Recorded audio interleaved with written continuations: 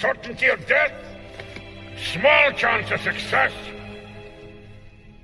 What are we waiting for?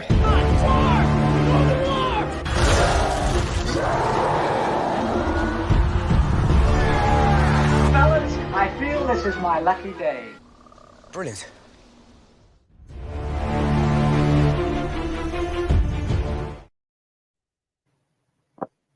Hey, and welcome to another episode of Rankum. This is going to be a fun topic, and it's one that was actually suggested to me by Austin at one point. It's like, I'll do it because I had to move some stuff around anyway because losing internet a couple of weeks ago, that episode couldn't happen. So I thought, this was second in the poll from last week. I'll make it happen this time. But I've got Matt Currency. Matt, how's it going? I'm doing very well. I'm excited to talk about this. However, this is an extremely difficult list to come up with, which means we might be here for a while. Yeah. If I know rank them, one thing I know is when you kind of have people pick what they consider to be like the best of the best, everybody's got a different 12, and not everybody is willing to be like, you know what, your pick is better than my pick. So if you're watching this, strap in, pop popcorn, don't crack a beer because we want you to stay awake. We might be don't crack a beer because in my case it's in morning and you got a problem. All right, fair enough, Richie. Also, here we've got Austin. Austin, how's it going? Yeah, no, it's an interesting topic that I have several books on in my house. I don't read a lot, but I read a lot about movies and cinema, and it's a great topic. And I'm kind of the opposite. I make a list of about 20 or 25. If somebody mentions one of the ones on my 2025, I'll probably just say yes. So that makes it easier for me. Yeah. Yeah, and I mean, and also here we've got Nick. Nick, how's it going? I'm doing great, man. Again, echo the same sentiments. Incredibly difficult list to come up with. I've got about 20 listed here, so let's see how this goes. And last but not least, we've got Richie. Richie, how's it going? Oh, I've had a rough 2023, but this is still such an interesting topic that I didn't want to skip out on it. So yeah, I'm here, and yeah, it's gonna be interesting to sort of narrow it down. But yeah, there's definitely plenty to choose from. But yeah, no, it was interesting to research this. So yeah, it'd be fun. Yeah, and this is one like for me personally that this is going to be different for me because it's not there's some movies on that I've on my list that I haven't actually seen, but I recognize the impact in changing cinema as well. So it's one that I try to do, take my bias out of it a little bit and just focus on the actual movies. So yeah, but Matt, what is the first one you're going to bring up?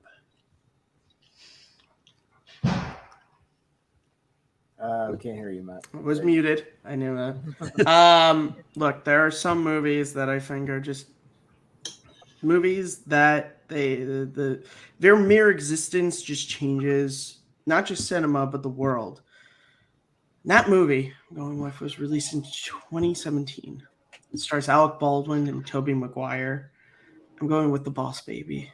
No, not really.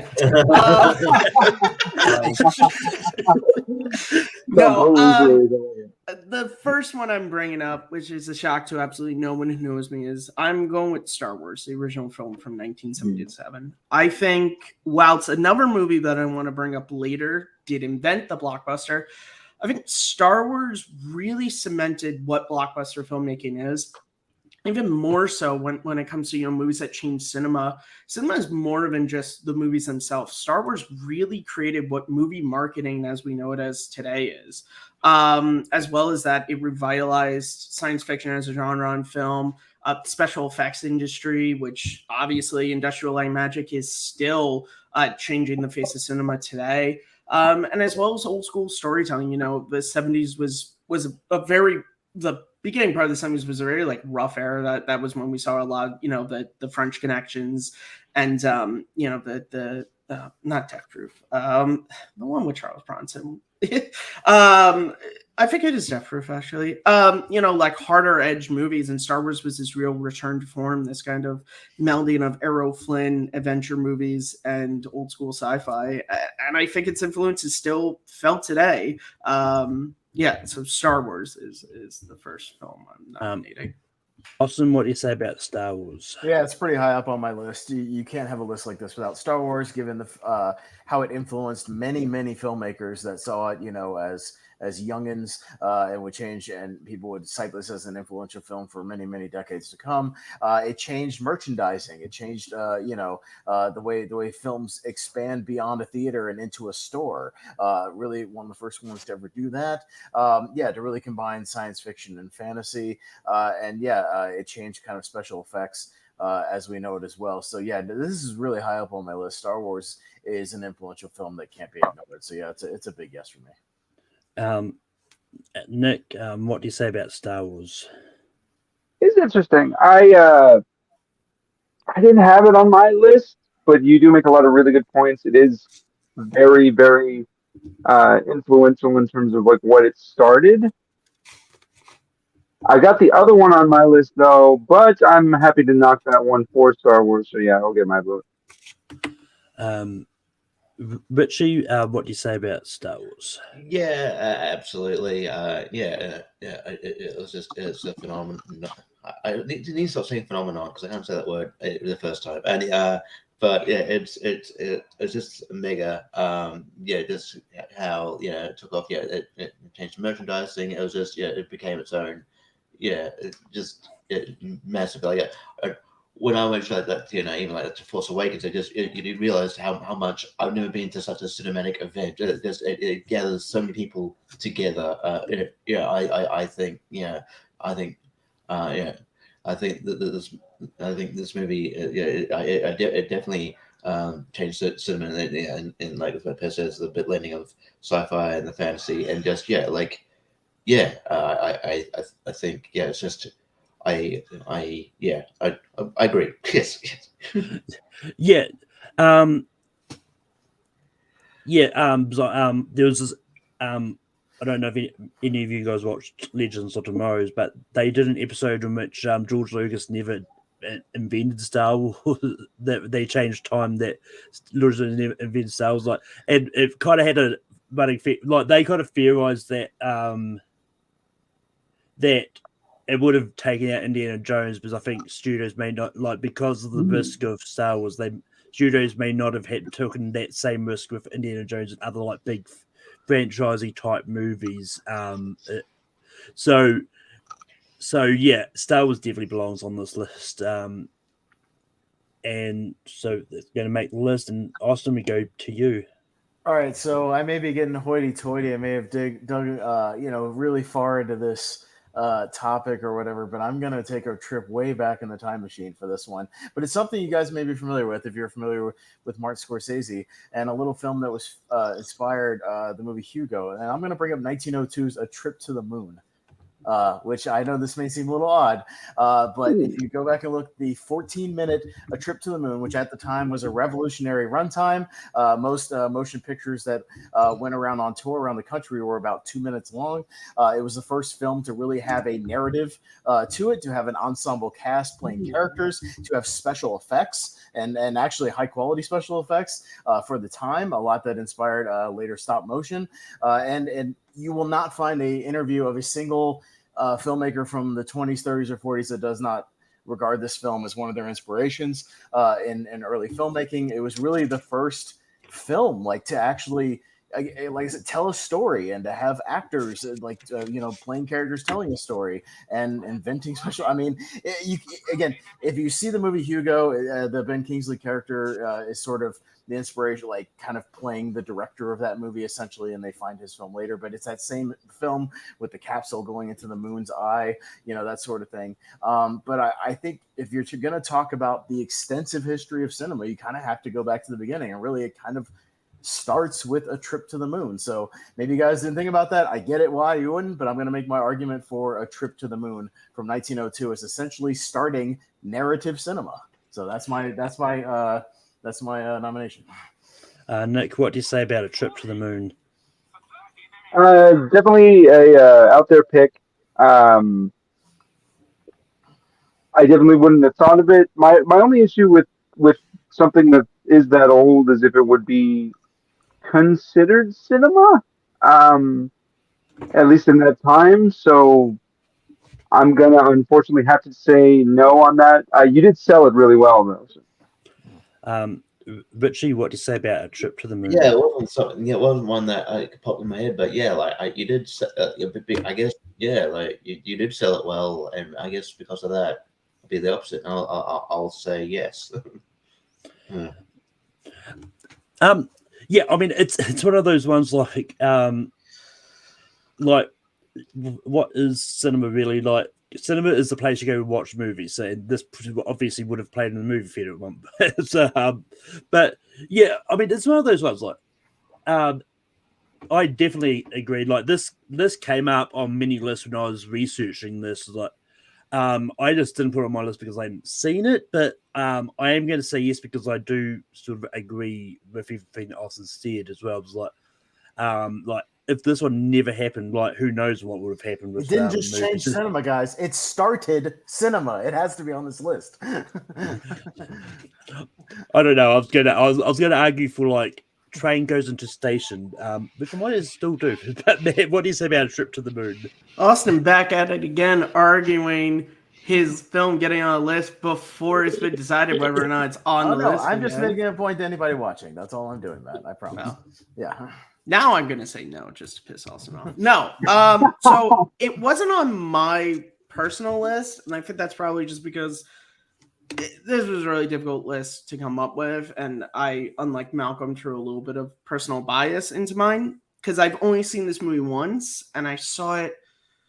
I want to say it was around the time of, I forget when anniversary of the Apollo moon landing it was. Might have been like 2009, so like the 40th or something.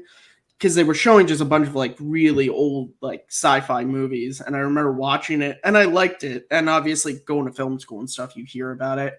I will give it a yes, just because of what Austin brought up. It was a movie that did start a lot of things, although, you know, people are going to make the argument that because it's 14 minutes, but as you said, Austin, it is true. I remember one of my professors talking about that like 14 minutes was like a big deal because most movies were like a minute to 2 minutes. Like a train arriving at the station, I think it's like It's like 8 at seconds. most. It's like 8 you seconds. know, so yeah, I will give it a yes. Yeah.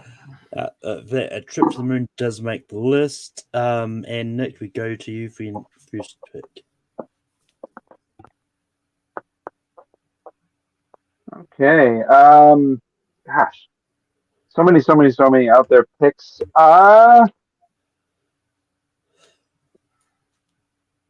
You know what? If we're gonna stay in the past, I'll go ahead and name this one first.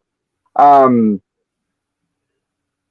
Obviously, when you're talking about a list like this, you're talking about like first big major shifts in cinema, and obviously, like when you want to make a list like this, you want to think about the larger implications, what it did for something other than like making a genre or adapting certain things. I decided to go with The Big Boss from 1971 because it is the first Bruce Lee film. And I think that it did usher in, like, not only did it start the kung fu movie genre, but it also gained international acclaim for being the first that didn't treat uh, Asian characters as jokes or stereotypes. And for that reason, I think it deserves to be on this list. Richie, what do you say about The Big Boss? Wasn't on my list. I know about it. Yeah, I do know the influentialness about it. Yeah, it was. I think it changed, like, influenced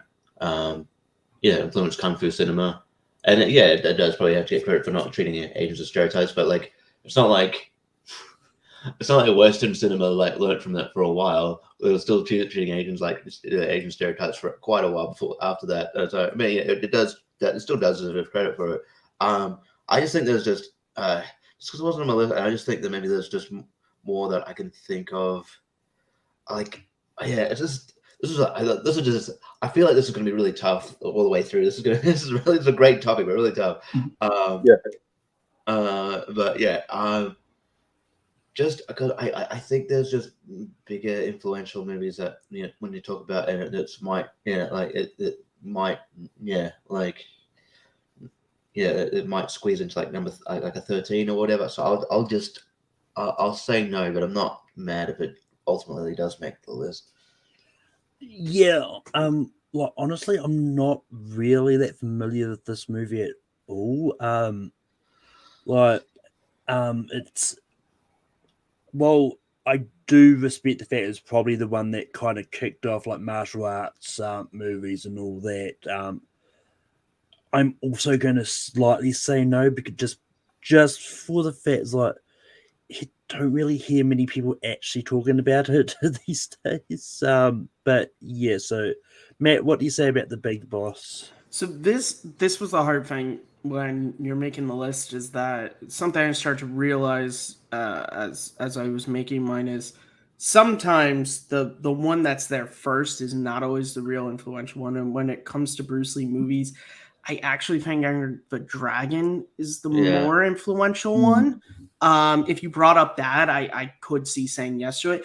I have to be honest, I haven't actually seen The Big Boss. There's a whole bunch of Bruce Lee movies that I really need to see.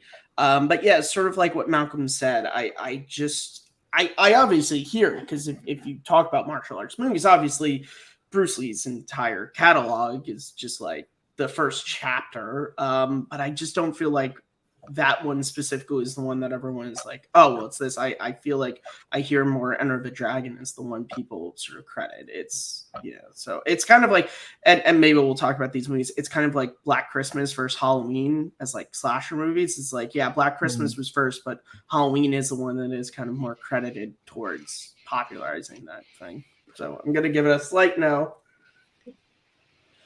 Austin, what do you say about the Big Boss? Yeah, I can appreciate the shot. I'm a big Bruce Lee fan. I love Enter the Dragon. One of my top 100. I love that movie to pieces. Yeah, and I do like kung fu movies. I just don't know if the Big Boss, like, I don't even know if kung fu movies really took off at all in America. You could almost make an argument that like it's still kind of a genre that kind of still lives in Asia, and only kind of. I will bring this up later. Yeah.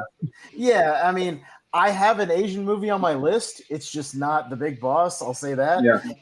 And that it may come up later. But yeah, for now I have to say no. But I appreciate the shot. I always do.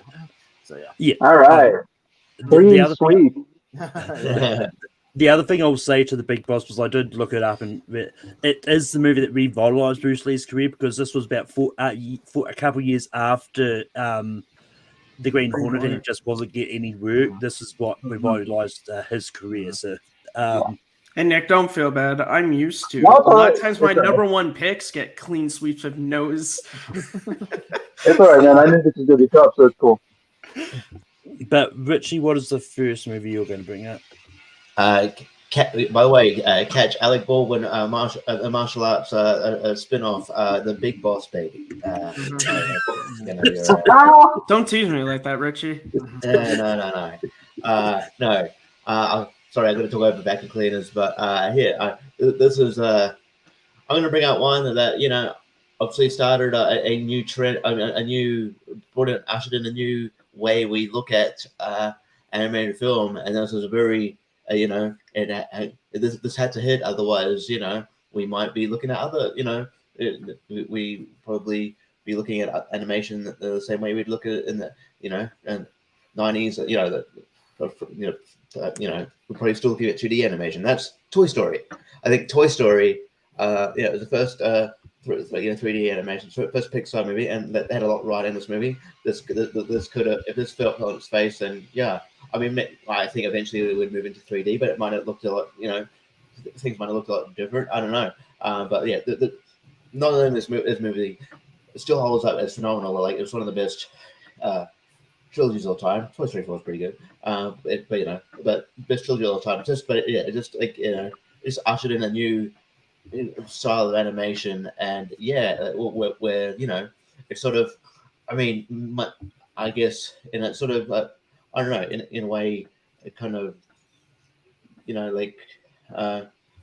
made like 2D animation kind of sort of put 2D animation aside to maybe to much to the chagrin of some people. And again, I wish I saw some of that. You'd still see some of that with Studio Ghibli films, but but yeah, like you see the effects of Toy Story everywhere, like it's in every animation movie now that you see, and that's all that all traces back to Pixar's first outing, which is Toy Story, and how influential and how successful that was. So I don't think you can make a list like this without including Toy Story. So yes, Toy Story.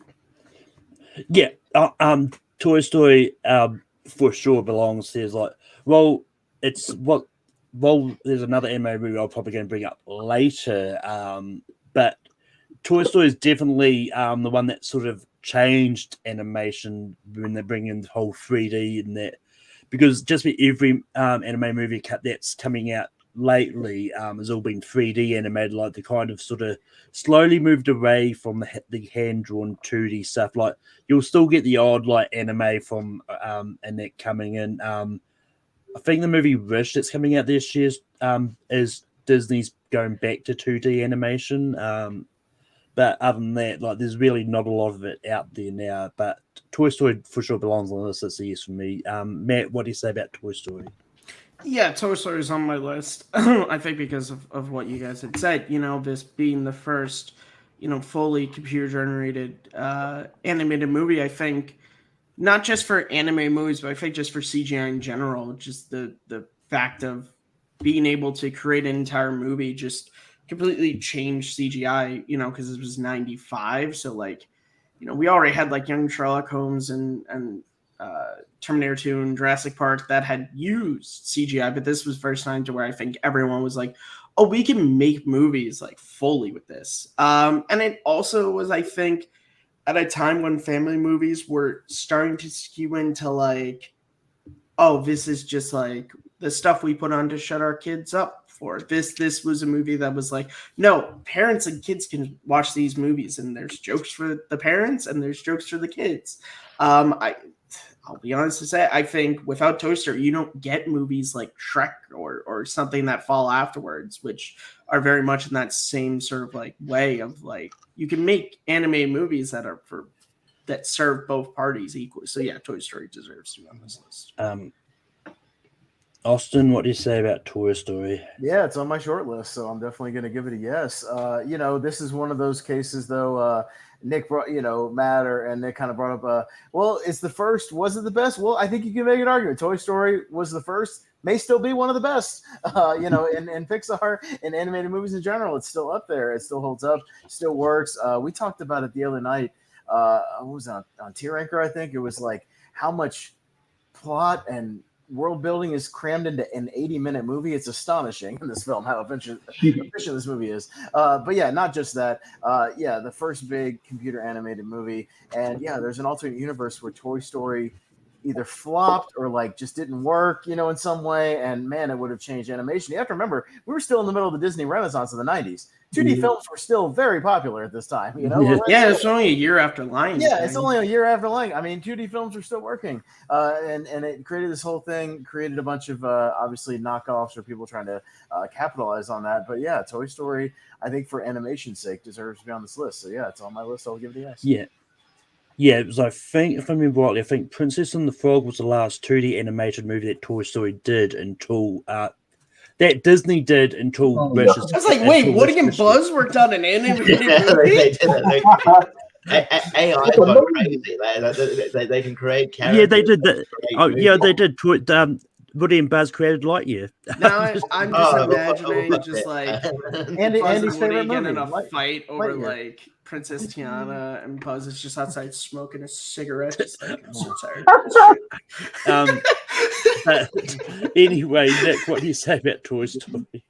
It's funny, making this list, I was trying really hard not to make it super animation heavy because there have been a lot of big moments in animation to change like the overall scope. And Toy Story is one of those films. So yeah, it gets a yes from me because I think it was a movie that did make, 2D like old hat, just the old school way of doing things.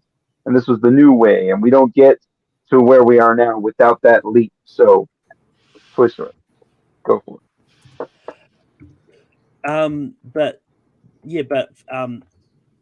I'm going to go a little bit outside the box for my first pick, just because in doing the research Showgirls. is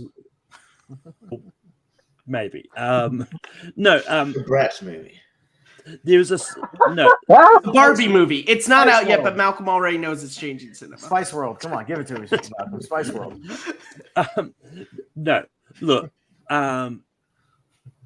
what I'm going to go with is a little bit out there, but it's one of the. There's a certain scream that appears in one of the movies that has popped up on our list so far.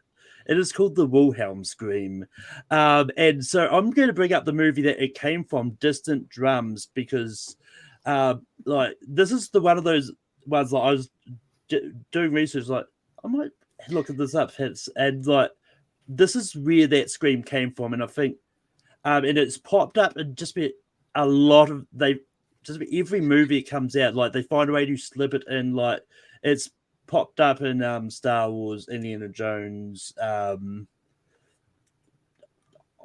think it actually might have appeared in one of the Toy Stores at one point as well. It does actually. It's when Buzz gets hit by the lamp.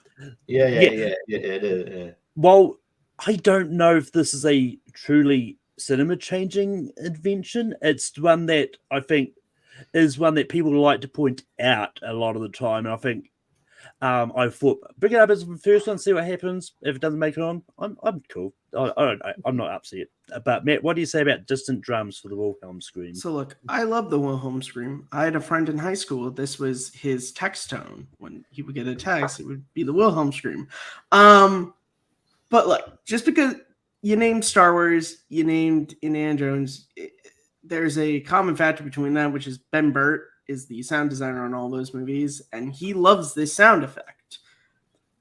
I don't think just because Ben Burtt loves a certain sound effect and slips it into a bunch of movies and other sound effects editors do the same, I don't really think that it's changing cinema. It's a fun little thing that if you're a fan, of Ben Burtt's work, it's everywhere. Like my favorite thing was people discussing, in Dial of Destiny, they were like, oh yeah, right at the beginning, the Wilhelm scream is there. But yeah, I wouldn't quite say that one soundbite from a movie that I don't think anyone aside from Ben Burtt has heard of and seen can be counted as changing cinema. Austin, what you say about Distant Drums? You're adorable, Malcolm. You're adorable. You're adorable for trying to nominate a movie that basically has a Hollywood inside joke in it that we've just been using for decades. No, not for. I'm thinking broader about movies that maybe change sound. Maybe that I'll bring up. In general. That's the kind of scope I'm thinking about for this topic. Not kind of a jokey, like silly thing that we all just recognize when we hear stuff. No. Nick, what do you say about Distant Drums? It's a fun Easter egg, probably the longest Easter egg to exist outside of Shakespeare. But I can't, just based on that, I can't really say yes to it. So no, is a no for me. Sorry. And Richie, what do you say about Distant Drums? Yeah, look, if we didn't if the Wilhelm scream wasn't a thing, like no one would know about, I don't know.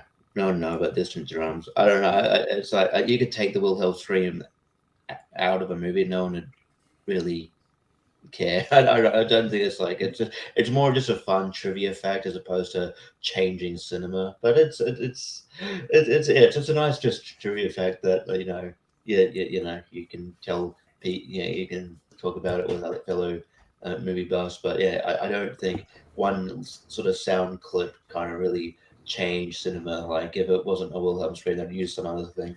That's more of like a cinephile's trivia question. What was the first movie to ever use the Wilhelm scream? Yeah. So I'd say no. Yeah, no, it's fine. I didn't expect to make it on. That's why I made it my first nomination. The fact that you didn't have the clip ready to play, you've messed up big time there, man. Yeah, no, I thought about it, forgot about it. You have like 97 random clips ready to go, and not that one for this moment. I thought I knew you. There's literally probably like a dozen movies you could bring out with that scream in it. You could just go on YouTube and just go up Wilhelm like movie compilation. It's probably like at least half an hour. Yeah. And again, they're mostly Ben Burt movies. Yeah, I mean, let's face it. I was probably never going to have another chance to talk about the Wilhelm scream again. No, it's true. I think I actually heard when Ben Burt passes we'll have away, a thing on this list. I'm pretty sure it's in Star Wars. One of the stormtroopers does it. Yeah. As I said, so we have one on the list. Like it's not like technically, But anyway, and probably that's the more popular one where it came from. I think I did hear when Ben Burt passes away, instead of a 21 gun salute, they're going to do a 21 Wilhelm scream salute. God. But anyway, Matt, what's your next nomination? This is tough. So I'm going to bring up, I think, the movie that Malcolm was alluding to when Richie brought up Toy Story. I'm bringing up Snow White and the Seven Dwarfs. I think this movie, not just for being the first animated full-length feature animated film, but I think also kind of like what we talked about where Toy Story sort of brought back family movies. This is sort of the movie that really invented family films. This was sort of really that movie that parents could bring their entire families to. It wasn't like, because movies used to be like, they were like going to a Broadway play. It was a very adult thing. And there were always the little cartoons or the Flash Gordon that they would show on like a Saturday morning. Snow White was the first time that a studio went, we're going to make a movie that is targeted to kids and parents, and we're going to do in this animation style that is usually just very short term. And it is still like a beautiful movie, even though it is all these years old. You can still watch it. Yeah, okay. Is the animation not as smooth as say the newest like CGI movie? Sure, but it was also made in 1937 from a bunch of animators who went from like making a 3-minute long Mickey Mouse cartoon to making this. The music, everything, even lines in this movie, Your Mirror on the Wall, who's fairest of them all, the Seven Dwarfs,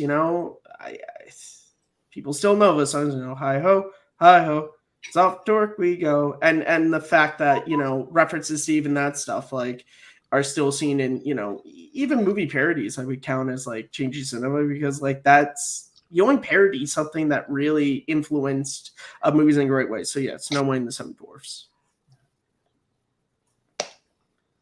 You're muted, but I'll take that as a cue to go ahead. It's on my longer list, not necessarily my top 10 or so. But like I said, if somebody brings it up, I'll probably say yes. So I'll say yes, Matt Kearns, to Snow White, because and this is another one. What if scenario where if Snow White had completely bombed and failed, it might have sunk Disney before it even started, because they took most of the profits from this movie to create a whole new studio to like start cranking out animated movies. Yeah, Walt Disney would have been like financially screwed had this movie failed. Yeah, and at the time it took the mantle of the highest grossing movie at the time for a little while, until some other films came along. But it's definitely influential as far as just being the first kind of full-length one, because before that, all you got was the little shorts that played with other movies at the cinema, in the afternoon when you'd go to the cinema and watch a newsreel and watch a cartoon and then watch a movie. But it was a big gamble at the time, and it paid off. And we might not have had Disney if not for Snow White. So I'll say As yes. I said, Nick, what do you think? as I said, this was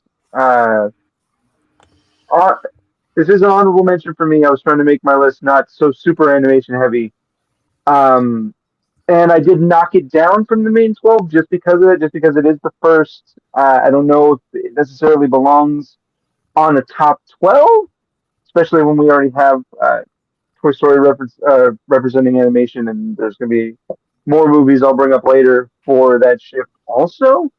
So yeah, I'm gonna have to say no. I agree with you that it does deserve to be mentioned because of what it started, but for this list at this time, we've only got 12 spots, so no. Richie, what do you say about Snow White and Seven Dwarfs? Yeah, I mean, it is yeah, I think it's still influential. People started to, still, um, you know, still remakes coming out of it. I'm sure as we're speaking, there's probably another remake in the works. I'm sure, There is actually, there There is. genuinely is with It was it genuinely- Rachel?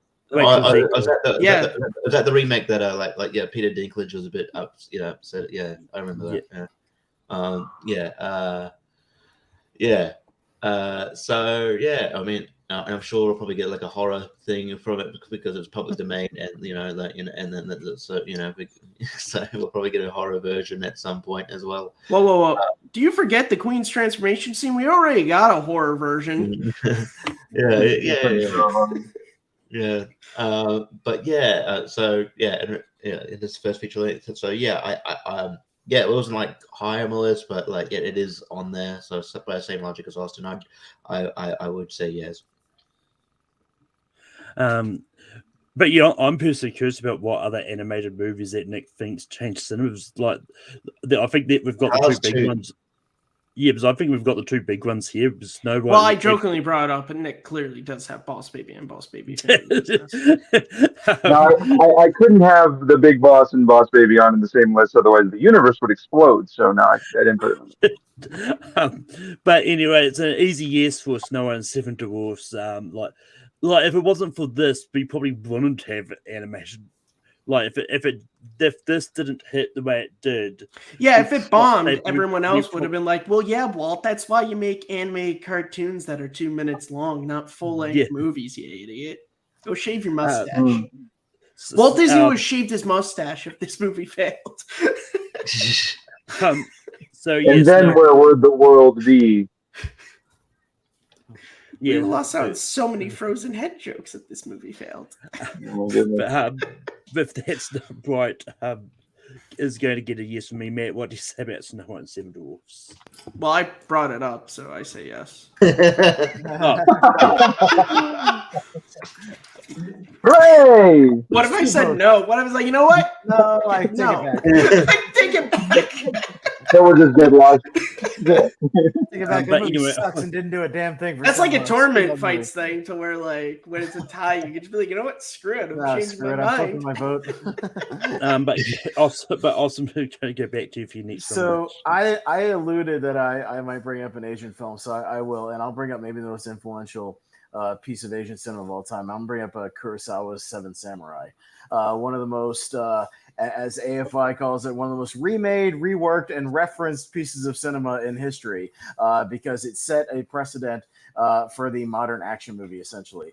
And it basically any movie where there's a group of people protecting a village or protecting a city or a band of people banding together against a greater threat, essentially, is taking from Seven Samurai. And that covers a lot of cinema ground.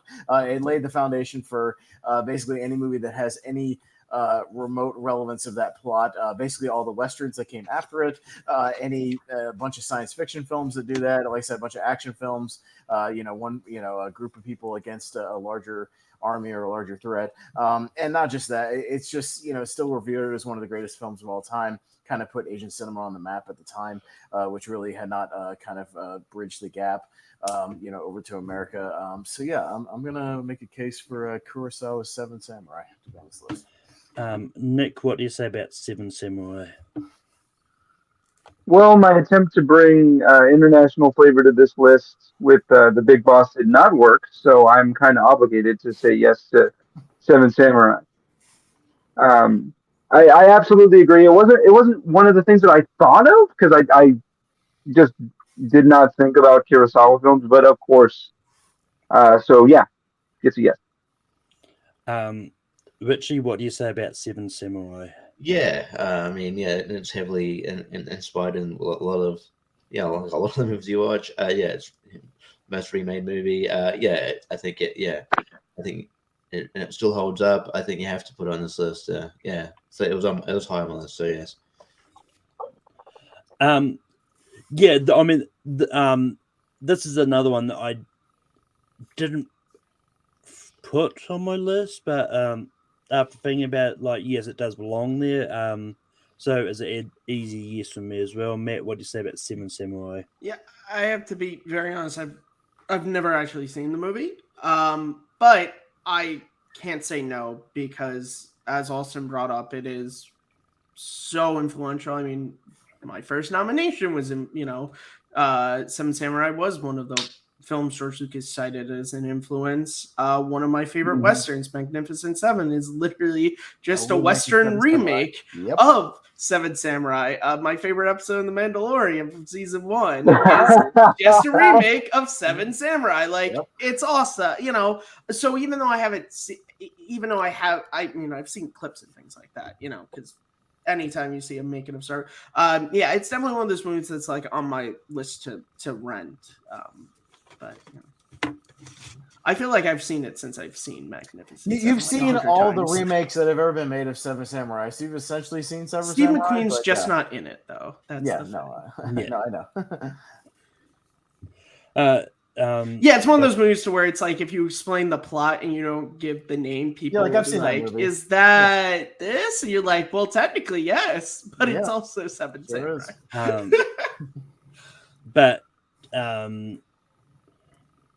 But with that, Seven Samurai does make the list. Nick, we go to you for your next nomination. Okay, so a lot of people talking about my picks for animation. So I'm going to go with one that's kind of a little bit related. I went with Who Framed Roger Rabbit being like a big movie to like fully incorporate live action and animation together and do it so well. And it's also like one of the first big crossover films. And we're still feeling those effects today. And arguably, the whole live action with animated elements, that's also something that just has been a big influence. So Who Framed Roger Rabbit? Richie, what do you say about Who Framed Roger Rabbit? Man, this is really tough. Who Framed Roger Rabbit's really good. But it's generally the best that have blended the two together. And you'd argue that the other that have tried, most of them not only have they not been as good, they're not been good at all, really, and it hasn't really started to trend as much of a sort of. They haven't gone to that well of blending animation together as much as you'd think they would. But I get what you're saying is that it is an achievement that they were able to do that, and it looked kind of cool. Damn it.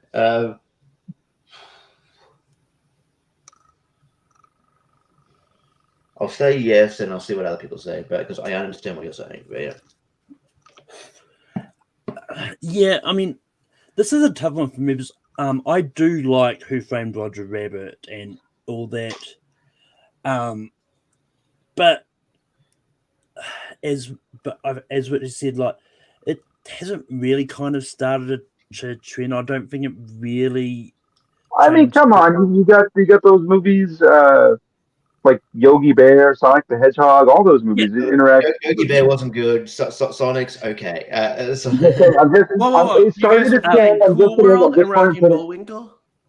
putting it out there. Yeah, I know. I get it. Yeah, that's what. I'm not saying there hasn't been other movies that done it. I'm just saying it hasn't happened so. It's happened so sporadically, and that being said, I would argue that Mary Poppins originated it better. So I'm going to give it a slight no personally. Matt, what do you say about Who Framed Roger Rabbit? Well, you actually bring up a very good point. That is, technically speaking, Mary Poppins was the first one. And then also after that, you had Bedknobs and Broomsticks, which also blended. I really love Who Framed Roger Rabbit. It's in my it's in my top 30 favorite movies. But I think with this list, I mean, you brought up some like Sonic and all that, but I don't really know if that's so much, if there is that sort of direct line from, A to B. So I'm going to have to, for a lot of the same reasons Malcolm said, I'm going to have to say no, even though it is a fantastic movie. which means it does come down to Austin. What do you say about Who Framed God, Roger? and you guys know how much I love Roger Rabbit. For God's sakes, I think it's in my top 15 favorite films of all time. Holy shit, do I love this movie! But again, I have to put it in the context of the subject at hand. So if we were talking about, no, no, I'm gonna have to say no because I when I put together this list and mine and the ones I considered, it's literally movies that started new subgenres, like new filmmaking techniques, new it literally changed the fabric of cinema essentially, like that burrowed like a legacy. And I don't know if Roger Rabbit totally did that. It's the best of the bunch. I'll 100% agree to combine the two, and it still is. Nothing's come close. In my opinion, that movie still is phenomenal and holds up. Man, I'll always I'll cherish it as one of my favorite movies of all time. But for this topic, I'll say no. Sorry, Nick. I got one of you. Yeah, I only just. Maybe by the end of this, I'll have somebody. I'll go. Everybody in the Movie Hero Network knows how much I love that movie. So any other topic related to animation or anything, Bob Hoskins, I don't know, Robert Zemeckis, whatever, I'll say yes. But or anything else, but yes. Yeah, I think if I remember rightly, it did get number one when we did the live action animation hybrid movie. And it should. Obviously, as it should. Yes. Absolutely. But Richie, what is the next movie you're going to bring up? I'm prepared for this one. I know, but I need to bring it up because we are talking about people in the we are talking about how things change cinema. Did you know? Here's a bit of trivia fact. Did you know the first feature-length movie is technically an Australian movie? I have to point that out. I can't. You got an Australian panelist. I have to point that out. That's a big note. So yeah, there was a movie called The Story of the Kelly Gang. Then Kelly Gang. It came out in 1906. Went for 70 minutes, and I think that this proved that I think there was before this movie came out, there was this worry that audience is going to sit for like over an hour, and this movie proved that they would, as long as they're engaged enough. And I think a lot of studios in the world took notice of that, and then it started creating movies that more feature length as you see today. So I think, and it all kind of traces back to Story of the Kelly Gang, which is I don't know if you haven't actually watched it, but if you I don't know how you can watch it now, but I have seen filmmakers talk about this movie. So I think you can trace back to how they've settled on the sort of or the more standard hour and a half sort of length. You can trace it back to the 1906 movie Story of the Kelly Gang. So I don't know where this will land, but again, I just had to go in the Wayback Machine if we're talking about the changing cinema. I think this sort of fits. So Story of the Kelly Gang. This one came up a lot when I was doing my research for this. I just didn't put it down. It was like I didn't think, I'll bring it up. Then I forgot Richie was on the panel.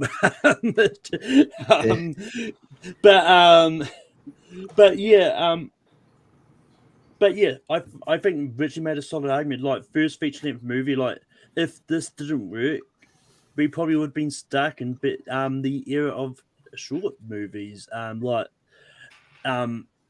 people probably be less likely to, because I would imagine this would have been all silent as well. So so to expect the audience to sit there for an hour with a whole silent movie is an achievement on its own. So I'm going to give it a yes. I'm curious where this is going to go. I don't know if Matt is still there, but Austin, what do you say about Story of the Kelly? This didn't even come up in my research, but I'm always open to the ideas. Being the guy who brought up 1902's A Trip to the Moon, and it went about as far back in the Wayback Machine as you can go. Apparently, from my very, very quick research, since Richie brought it up, only about 17 minutes of the movie still exists because of studio fires and just time, and such. So that's about all you can see is about a 17-minute version of it. But apparently it was at the time an hour and 10 minutes. Which is definitely significant for sure, given the fact that literally 4 years earlier, Trip to the Moon was considered feature length at 14 minutes. That's certainly a significant jump. Yeah, why not? Sure. Even though I have to be honest, if we start voting, it's going to be like number 12 on the list because I haven't remotely heard of it. So I'll just say that in advance. But Matt, what do you say about the story of the Kelly gang? Yeah, this is hard because it's like Richie does make a great point about the feature length, and look, maybe this is just me, but I went to school and studied film. I don't remember any professors bringing this up, and also the fact that you can only find 17 minutes of it, like you can still find a Trip to the Moon in its entirety. Like that also to me, That I'm just like, gonna fly though. if it was this super influential movie, wouldn't we have gone out of our way to preserve it? I'm giving it a slight no, also just because I haven't seen it. I have never heard about it until when did Richie bring it up? 5 minutes ago. Which again, if it gets on the list, that's fine, and I respect it for being the first, But again, like Austin said, Hollywood just keeps deciding they're like, well, he made a 15-minute long movie. That is now what we call feature length. Fun fact: I literally only just found out, 26 years before the movie was made, Nick Kelly was executed. Oh, wow. Yeah. Wow. Way to bring down the house there, Malcolm.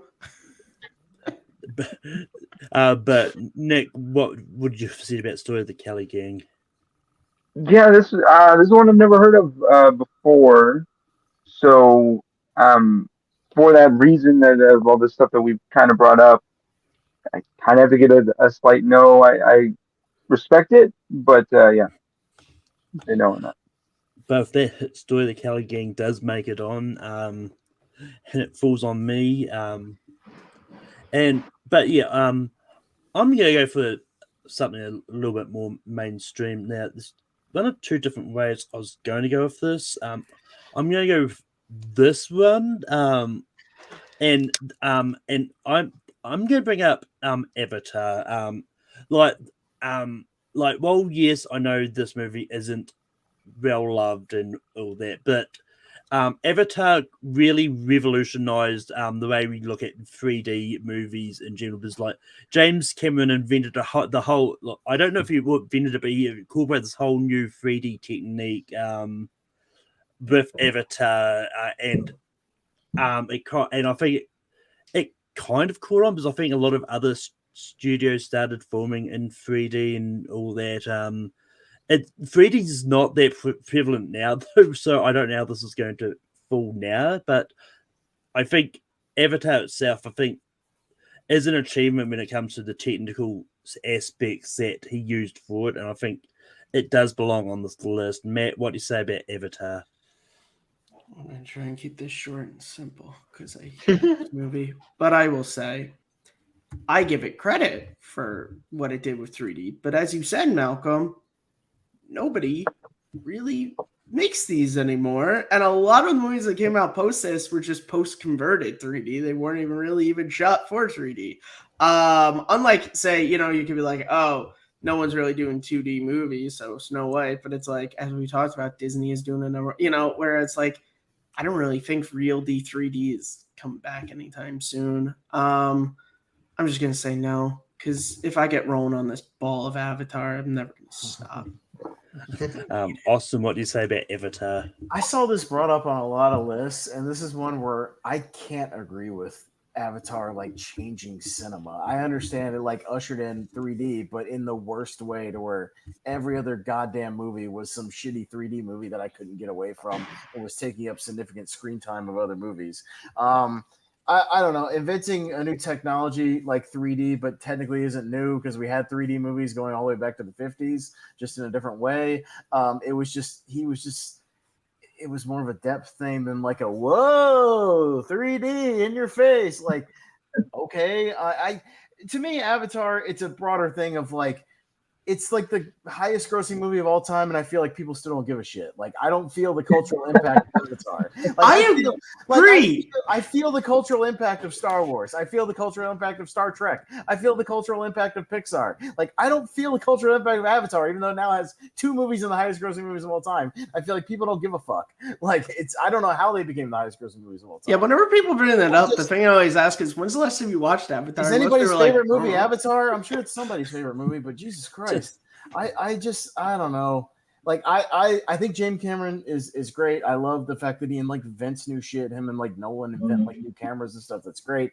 Moving technology forward. But I disagree with this whole Avatar change cinema shit. Like I just disagree with that. So yeah, I'm gonna say no. We also can't overlook the fact that the success of this movie is why we will never get James Cameron making True Lies or movies like that. Movies. He's only making these until he dies. Oh my God. Give me another True Lies, give me another something. Abyss. Give me something besides Avatar. But Nick, what do you say about Avatar?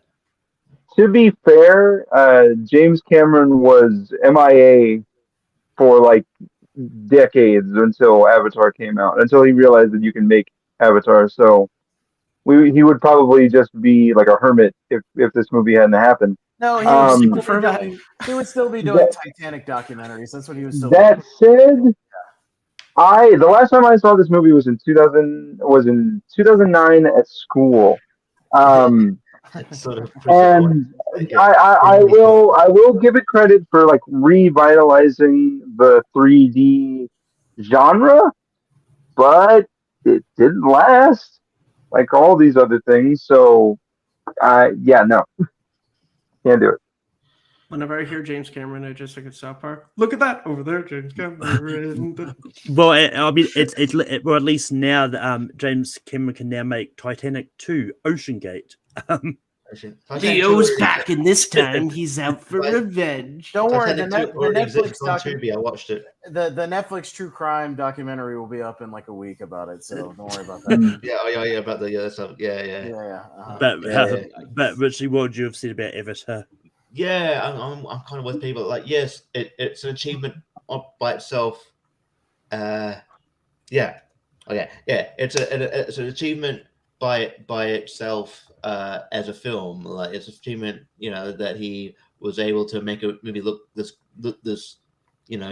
pretty, this beautiful, and then it attracted a lot of people. It's an achievement financially for the film. As overall cinema, I don't think it belongs on this list. Yes, as sort of Stephen kind of put it, how I was going to put it. It ushered in a fad. It's just a fad, okay, well, put this. It's okay, well, people want to see 3D now, and then But it turns out people didn't really want to see 3D, honestly, to put it bluntly, most of the ones that were in, that kind of went 3D, sort of Matt kind of brought up, was they kind of look shit. Because they weren't shot for 3D, they were just converted into 3D. Yeah. I mean, I just the one that I can point to an example that looked cool was Dread. That looked cool 3D. But again, it just feels like unnecessary. And I remember, that they even tried to do 3D TVs. No one fucking bought a 3D. I forgot about that, but you're right. Yeah, and I don't know. Maybe it's just me. I don't like wearing those stupid glasses. I find them annoying on my face. I don't know. I think that he ushered in a fad. I don't think it's sort of changed cinema. I respect for bringing it up. It's a popular thing, but it is. Yeah, it's a juggernaut, but it hasn't really changed cinema the way. Way I think James Cameron sort of maybe envisioned it. Probably did, but I don't think it. There's probably other James Camerons in his filmography. Honestly, if you brought it up, there's probably a better argument for. Yeah.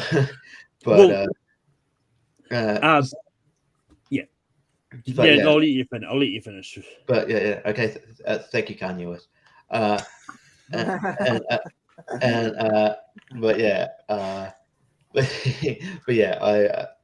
say no. Yeah, no, that's fair. Like, it's one of those ones. With Austin, I wasn't too sold on it being there. I both it was between this and another James Cameron one that I was considering, but yeah, I should have done the other way, but whether or not the other one would have worked. It's the same thing. My favorite movie of all time is a Cameron movie, but like I can't go with the Avatar thing. It's the weirdest shit. Like Aliens is my favorite movie of all time. Like, so I love Cameron, and I will forever worship at Cameron's altar, but like not for Avatar. I love James Cameron from like Terminator to Terminator 2. No, True Lies. But anyway, Matt, what is the next movie you're going to bring up? Oh, this is rough. Because there's a lot of great movies, and now we're just getting to less. There's still heaps. There's still big ones left. Oh, I got a lot of big ones on my list. Yeah, I know. I do too. I'm gonna bring this one up. So I think there are movies that just like create genres that really were non-existent beforehand. And I think when it comes to action movies, you can make an argument that like, okay, maybe some like Westerns from back in the day were good action movies, but I really think it wasn't until 1962's Dr. No that we really got like the action movies as we know them today. This was the first James Bond film, and this basically created a genre in and of itself of not just action movies, but it popularized spy movies. Sean Connery, created this character that still to this day you can say Bond, James Bond, and people know exactly what you're talking about. That image of him as that character with the the gun and the cigarette. So Dr. No is my next nomination. Austin, what do you say about Dr. No? It's not on my list. Probably for a reason, because again, I'm looking at a bigger picture than maybe some people on this panel. I get it. But the creation of one character, I don't even think it necessarily created like a spy genre. I guess you could argue that, but there was spy television at the time. There was spy radio dramas. There was, it's culturally significant in that it's the first Bond movie and it became a major franchise. I get that. But again, I don't consider Dr. No as like it changed cinema as we know it because it introduced James Bond. Like I'm thinking bigger than like, oh, it introduced a character, like when I was putting together this list and that sort of thing, or even a mild action subgenre. I'm thinking bigger picture, like so like Samba Samurai basically created the modern action movie. Like that's how big I'm thinking on this list.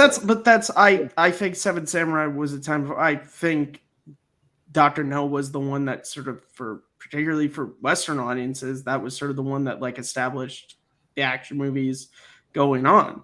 I don't even think it's that much of an action movie when you watch that movie. There ain't that much action in that damn movie. Right. I mean, Westerns you can consider action movies. I think there were action movies, war movies. No, I'm going to say no for Dr. No. No for Dr. No. No. Nick, what do you say about Dr. No? Yeah, make a good case, Matt, for Dr. No, but I think the fact that a lot of action cinema has kind of moved past the James Bond aesthetic to the point where they had to pivot the whole thing for Casino Royale and Quantum of Solace and stuff like that. I can't do it. So no, no for Dr. No. you Richie, guys are what do you so say clever. Richie, what do you say about Dr. No? That's what I'm here for. Someone's not bitter about it. No, that's right. I'm just putting some names on my list. Look,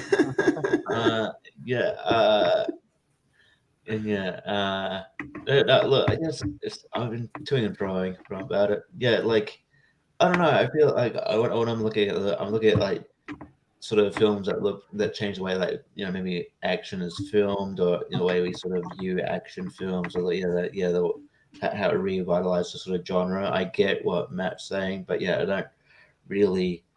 It introduces character and it's sort of kind of culturally significant. But when the only I don't know. I when I'm looking at like changing cinema, I don't. I sort of look at more the way film is sort of made and viewed. So I'd say no as well. If I picked On Her Majesty's Secret Service, Richie says shit, yes, because Nah, one Australian Bond. yeah, it's actually a decent movie. Yeah, I like that movie. Yeah. George I Lazenby like it. changed cinema. George Lazenby changed cinema by making the dumbest decision in the world. Like, Yeah. not doing any more Bond movies. Hey, at least you've got a movie on the list, Matt. I've just been taking swings and misses. I don't care, Malcolm. You know me. I don't give a shit. But yeah, look, I do like James. I do see an argument for it. No, I don't know if I'd, because like Austin said, like I don't. I consider James Bond to just be more like spy movies than they are action movies. And even like if to frame it in the thing of the spy genre, it didn't really kick off a trend of having spy movies. I would probably make an argument for maybe Mission Impossible side kind of popularizing spy movies ever since Mission Impossible came out. I think there's so many spy movies around that time, but even then there still wasn't as much around there either. But so I'm also going to go no for Dr. No. That's it. You're on the list. You just made the list. You just made the list. I'm gonna put Malcolm in the corner of take 3. I am in the corner anyway. That's so sad. I mean, Malcolm, we need to talk. No. I think you need to talk to our HR department if you're feeling. No, it's just because I was the made the stream, so I automatically put him in that corner. But from one corner to another, Austin, what do you is the next one you're going to bring up? The question of tonight: will Pez bring up a modern movie? I don't know, because I'm still going to go back in the Wayback Machine, and let's bring a movie that not only brought an end to a certain era of cinema, but ushered in a new one and literally changed movie theaters as we know it. So I'm going to bring up 1927's The Jazz Singer. I knew that. So literally the first, not the first movie to ever have sound per se, but the first one to ever really have not only musical numbers with sound, but synchronized dialogue. So dialogue concerning the plot, dialogue where the actors are, expanding on their characters around the music. And also it was the first wide release talkie movie that pushed theaters to literally start wiring in speakers for sound. It was the one that actually moved that, because a lot of them were still not doing speaker systems yet. They were still just doing silent films with like a live person playing the piano, to accompany the silent films. So it's literally the one that basically killed the silent era of films and kind of ushered in the talkie, or at least the one that's kind of agreed upon that kind of was the one that truly did that. So I mean, I don't think you can have a list like that without pushing the movie that kind of started the talkie era that we're still in, and the era of sound, and that's The Jazz Singer. So I think it should be on this list. Nick, what do you say about The Jazz Singer? Yeah, you make a really good case for this. The movie that I've never heard of, but I'm inclined to agree with you. There's some stuff I'll bring up later that would do require sound. So yeah, gotta say yes. Richie, what do you say about The Jazz Singer? Fun fact and not so fun fact: there's a remake of this movie. Not really. 50s, yeah. I have to say yes. It was sort of one I was going to bring up eventually. I figured that he was also talking about Jazz Singer like very quickly. I was like, it sort of revolutionized. Again, it changed cinema. It revolutionized the sound and dialogue in movies and way you view movies. So I have to say yes here. So I think it definitely is one of the big changes in movies. So I have to say yes. Yeah, this one is on my list too. It's been one I've been meaning to check out in ages, but it's one that I do respect it for what it did. Like, it did bring in talkies and that. So I'm as a yes for the Jazz Singer for me. Matt, what do you say about the Jazz Singer? The Jazz Singer is a movie for the things Austin brings up that I respect, but I pulled my collar for a reason because I have not watched this movie, and I remember a film professor of mine being very against it because of its one of the characters in this movie is wearing blackface the entire time, and that it's one of those things where it's like it did all these great things, but there's forever this, for lack of better phrasing, black mark on this movie for all time. I do think it deserves to spawn this list. It's anytime we would, watch clips or talk about the movie, there was always this asterisk next to it for extremely good reasons. But yeah. Nick, what is the next movie you're going to bring up? But Jazz Singer does make the list, though. But yeah. Okay, so gonna go ahead and go with my next big genre starter for this. Obviously, we're talking about a bunch of firsts, and I'm sorry that this isn't particularly older film, but I decided to go with the Blair Witch Project for really kickstarting the found footage movie as a genre and changing movie marketing for horror films, just as like they're really they put a lot of effort into trying to make this look real, which has been a staple of horror movies for decades. They're based on a true story, and so this is one of the first movies that really achieved that and showed that what can be possible. So the Blair Witch Project. Richie, what do you say about the Blair Witch Project? Say again, this is one of those movies I respect. I do respect it. It's sort of like one of those movies that the marketing was great, and it's a very one of the more successful independent films of all time. It's a very influential film. Thing is, I don't know if it changed cinema just because between this movie and then when they kicked off the found footage, there's a gap in between then, and then they did start doing the found footage thing with Paranormal Activity and all that, but then a lot of you notice this when we did the found footage tournament fights. I think a lot of the found footage movies are really bad, but that being said, it's just like also I just think I think the found footage thing is more of a fad. Like you don't see it was really big in like the like mid 2000s, 2010, 50, like especially with like Paranormal Activity ushering sort of revitalizing that kind of thing. But then we don't see much of that now. I think that's sort of gone away. Occasionally they'll be brought back in, and it's kind of cool to see. But it's not really hasn't really changed cinema, because otherwise you'd see it. You'd see it done all the time, but you don't see it done all the time. I just think it's a fad, so I'm going to say no. Yeah, I mean, it's one of those ones I'm not a big fan of the Blair Witch Project. I do respect the fact that it, arguably, it is the first found footage movie. I don't know if it did exist before that. I don't, but nowadays, it's a case of yes, there's a lot of movies that do found footage. A lot of those movies are either really forgettable or just really small movies that don't make that much of an impact as it is. I expect the fact that Blair Witch Project was first. As Richard said, there was a big gap before they sort of started actually doing it a lot.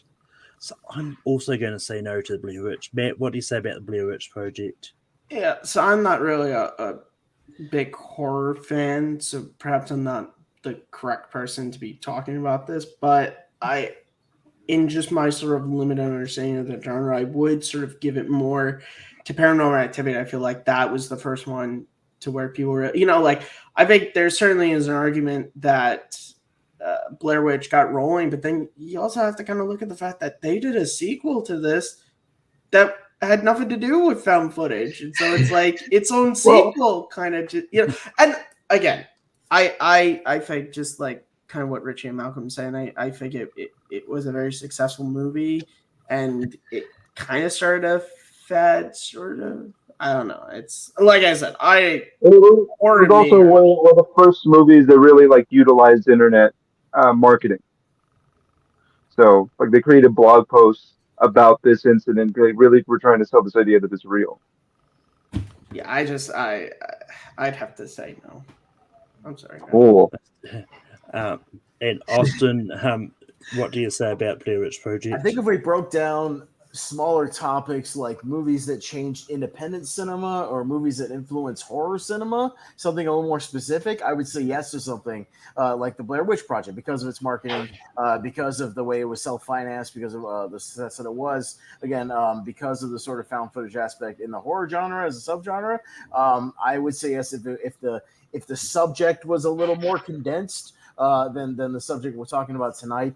I just don't herald Blair Witch Project as this like turning point in cinema or anything, one of these cornerstones. I just don't see that because again, like Richard said as well, global phenomenon. It did something, but then there was literally the next one we saw that was like it was Paranormal Activity in Cloverfield, which came almost 10 years after that. So it didn't exactly light the world on fire. It was kind of like this thing that happened, and then like somebody 10 years later was like, "Hey, remember that Blair Witch thing? Like, let's try that again."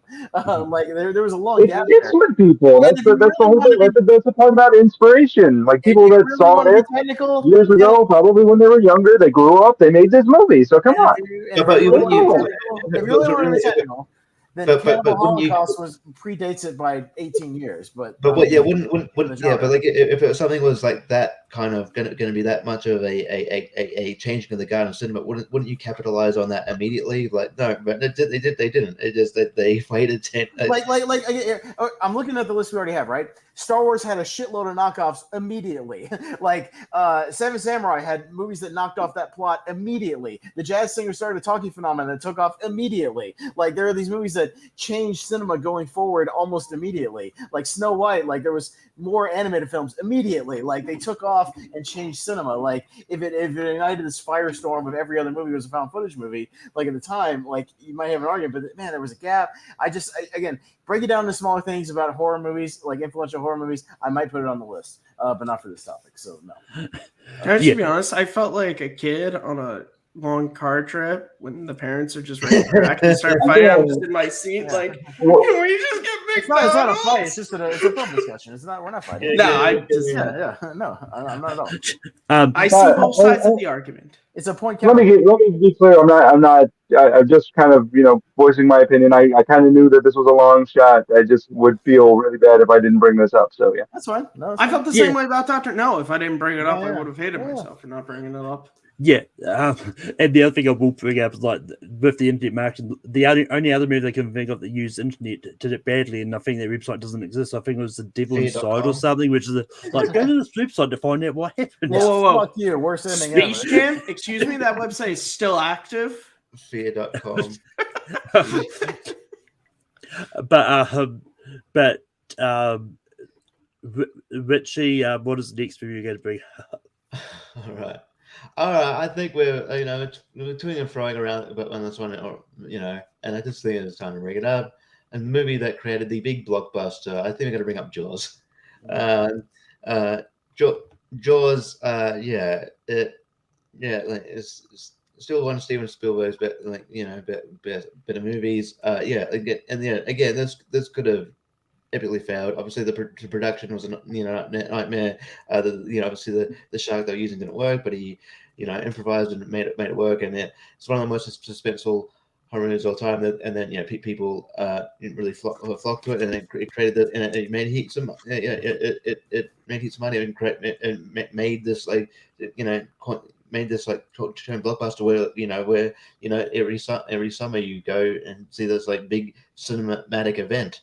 There's big tentpole movies that are hyped throughout the year, and then you go see that, and that studio's hype around, and then I know without Jaws, I don't maybe you'd have all these just sort of small films, but I think that Jaws started off these sort of cinematic events, and I feel like if you're going to have a genre of like a category of movies that change cinema, you have to have Jaws on there. So Jaws. Yeah. For everything that Richie said, it is true. And yeah, it's definitely why I'm saying yes as well. And yeah, like it started off the like original blockbuster, and I think just like Star Wars, I think even like Spielberg wasn't too sure if this was been a bit as big of a hit as it was going to be because of but so yeah, because I think the term blockbuster was coined because they were lined round the block just to go see this movie. So it's a yes for me for Jaws. Matt, what do you say about Jaws? Yeah, no, Jaws was the one that sort of coined that term, and it's quite literally because so many people were standing in line to get into the theater that the block was just useless. It was just a line to see Jaws. Jaws was one of the first movies that was kind of wide release. Nowadays we're so used to that like, oh, this movie comes out June 4th and it's open everywhere. That didn't really happen until Jaws. When it came out, it kind of just opened everywhere. And it was also this movie to where like movie theaters just kept playing it like well into the winter time because people kept coming back and it was this thing to where Hollywood was like, okay, so we can do these sort of big like movies and people are going to flock to them. It's fantastic. I mean, this was also the movie that, obviously he had done like Sugarland Express and Duel. This is also the movie that, jumpstart Steven Spielberg, who, if we're talking about things that change cinema, I mean, not just as a filmmaker, but as a producer, as a studio head, Spielberg is an extremely influential person in cinema. I mean, Jesus, he's one of the people who just saved Turner Classic Movies. So Jaws also has to be credited for that. I just watched the movie this afternoon because it's summer and this is like the ideal summer movie and it's still incredible. So yeah, Jaws is on my list. It deserves to be on this list. Austin, what do you say about Jaws? Yeah, it's high up on my list. I just watched this in the theater again about a month ago at a local theater that was showing a repertory screening of it. And yeah, you can't talk about the modern day blockbuster without talking about Jaws. And literally, again, even going even deeper, it changed the way the movies were distributed at the time because a lot of movies were distributed sort of regionally, and it was one of the first ones to ever get kind of pushed into like a national release, at the same time, kind of around the country. And it's how it became the highest grossing movie at the time, again, until Star Wars would eclipse it 2 years later. But again, yeah, another movie that kind of changed the way people see movies as well as how movies are made. So that's kind of stuff I'm talking about. So yeah, I'll be a big yes to Jaws. And Nick, what do you say about Jaws? This was one that was on my list for big important blockbusters. I was going to say no because we've already got Star Wars, which I think is a better representation of the movie blockbusters, mostly because I like Star Wars more than Jaws. I watched it last year, found it incredibly boring, and yeah. So just in case anybody on this panel hasn't hated me enough, That's okay. Jaws, not a fan. Nick, you're fine. Look up my career on this channel, and you'll find I like a lot of movies that people hate, and I hate a lot of movies people love. So you're welcome. You, Nicholas. I'm just disappointed. I mean, I'm used to it. People think me and Austin are crazy for liking movie 43. So no, I like that movie too. Did you not hear me talk about Boss Baby, Nick? You should check out my Letterboxd reviews.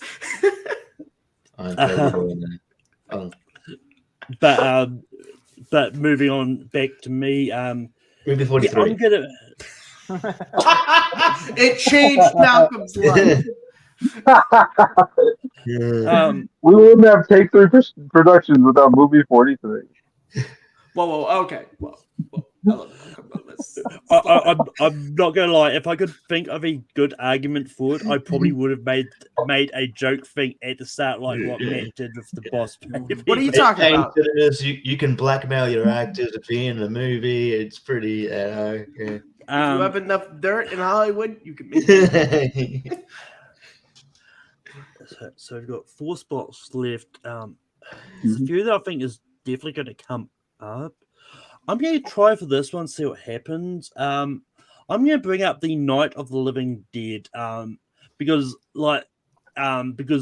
this is once again, I don't know how well this is going to go down, but but this is the one that kind of brought in zombie movies because like George A. Romero was the one that created the whole zombie craze, and I think, and this is one that I do think that people capitalized on this as soon as it came out. It's like there was a big period of time there's a lot of zombie movies and that coming out and all that. While it's kind of not that big now, I still think it deserves to be here. But yeah, Matt, what do you say about the Night of the Living Dead? Yeah, I think obviously for zombie movies, I think it certainly is sort of the big daddy. The fact that it's public domain, so many people have made like parody movies to where like they insert themselves into the movie because you can literally do whatever you want with that. Malcolm film. could pull it up right now and play it and stream, YouTube we could would not do stop a us. damn It's thing. Yeah. Oh, it's hard because I feel like kind of like what you guys said against Dr. No, I feel like it's getting to a subgenre that I'll be perfectly honest, I think kind of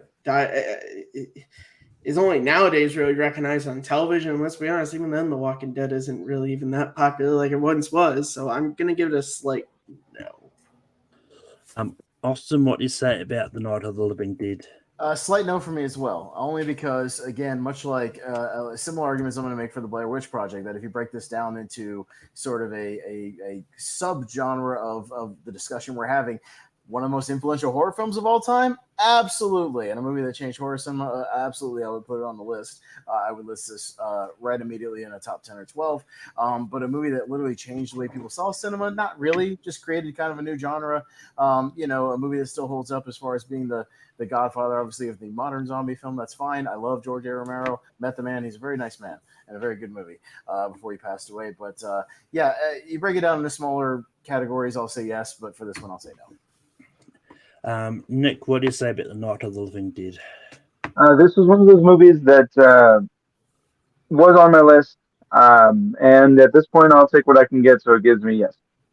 I'll give you a yes because this movie is largely influential. Like these, and yeah, zombies aren't as popular as they were even a few years ago. But these things kind of ebb and flow. We'll get back to where they're on top as soon as something else takes its place for a couple years. That comes down to Richie. What do you say about Night of the Living Dead? Yeah, I'm sort of in the camp of if we're talking about, I mean, and honestly, if you want to do it at some point, movies that influenced horror in the best horror, that'd be a cool topic, and then Night of the Living Dead would be probably up the top of the list. But yeah, as far as influencing cinema broadly, I don't think it belongs. I just think it misses out. So I'm going to say no. Maybe I've already got that planned for Halloween. Just saying. You're much in advance, because I'll be on that. Thanks. I mean, my list of people I know that really like horror is around the block. Yeah. Austin's on that list too. But I'm not. But Matt, what is your next nomination? Oh Lord, this is tough. All right. I don't know how this is gonna go, but I'm bringing up the 10 Commandments. I think when it comes to movies, that we've talked about special effects, obviously this movie, but also just for giant scale epics, this was really one of the big ones that really kind of pushed this kind of filmmaking and this sort of like audiences will flock to these kind of movies. And we saw films like Ben-Hur come after this and Lawrence of Arabia and things like that. So and I think it is still a film that is referential to this day in that sort of like big epic scale of filmmaking. So Cecil B. DeMille's 10 Commandments. Austin, what do you say about the 10 Commandments? This is another one where I'm gonna give it a slight no, only because again I think it maybe is the biggest and best of the sort of biblical epics that really started to hit around the 50s and 60s. I don't think it's the first modern epic. I think that's Gone with the Wind, and still maybe the first big example of that. Yeah, it's a very good film. It's a big epic film. I like it, but I'm going to say no. Nick, what do you say about the Ten Commandments? Yeah, it's interesting. I have seen this movie, but I've not heard it in that context before of it being like a huge, sprawling epic. So because of that, I'm gonna give it a no. But yeah, good try. Richie, what do you say Yeah, about? it's a good shout. But yeah, I don't think it's like it certainly doesn't it doesn't sort of attract me as like the best like the biggest the first like big modern epic, but it is really good. So yeah, I just because we only got 4 slots left, I'd say no. But yeah, this is really tough to narrow down. But I do like Ten Commandments a lot. Yeah, this is one like I do like I didn't even see this in a while actually. I forgot I randomly saw it on TV once some ages ago, but yeah, I do think it's a good movie, and it's one that I've also never really sort of thought about as being a really influential movie. But I mean, it's not going to make the list anyway. But I'll give it a slight yes. But Thanks, Malcolm. But Austin, we go back to you. It's like yes, but my vote doesn't have any power. I will pity my friend Matt by giving it a yes, even though it's not making the list. Well, I'm going to sound like a broken record here, staying in the past, but I'm going to keep doing it because I'm going to go with Orson Welles' Citizen Kane, which is a movie that literally brought in a completely new style of filmmaking, a movie that changed. If we're talking about changing cinema and changing filmmaking as we know it, Orson Welles did exactly that in 1941. He pioneered every modern kind of filmmaking sort of trope or use of camera or anything like that you could possibly think of started with Citizen Kane. If you watch it, it's a very modern looking film because the way he edits the movie, the angles that he uses with the cameras, the deep focus camera work, the cinematography, the use of flashbacks, the use of putting the ending at the beginning of the damn movie, the rapid cuts, the long takes, the plot structure, everything about it changed the way movies were made, because a lot of movies you'll go back and watch from the 30s are very simple. One person on one side of the room, one person on the other side of the room, shot with kind of a static thing. It's just like very kind of standard filmmaking. And Orson Welles came along, and it was really one of the first big experimental movies to try all these new techniques that every filmmaker on the planet will cite Citizen Kane as a modern influence. You will not find a single major filmmaker on the planet that does not cite Citizen Kane as one of the most influential movies of all time. So I think it should be on this list. Orson Welles and Citizen Kane. Nick, what do you say about Citizen Kane? You make a good point. It does have a lot of different filmmaking techniques that weren't utilized beforehand. But I'm going to give it a slight no, just because I have other stuff on my list that I would like to get on here in some like Hail Mary pitch. So let's go. No. Richie, what do you say about Citizen Kane? Yeah, I know. I feel like you have to have Citizen Kane on here. It's just one of those that you used like Austin said, used all these techniques that really effectively. And there's a reason why people always say, oh yeah, if a really a spectacular movie comes out, or they cite a spectacular movie, that movie is a Citizen Kane or such that. I mean, Citizen Kane, it's just like because it's influential, it's revolutionary. It did revolutionize cinema. So it was one of the ones I was going to bring up. There's a few heavy hitters left to bring up, and I think this was one of them. So yes, I would say yes, Citizen Kane. Yeah, I don't like Citizen Kane. I've never really. Here's a secret. I'm not a fan of Citizen Kane either. But I'm not either. But if it pertains to the topic, it has to be on this list. 100%. It has to be.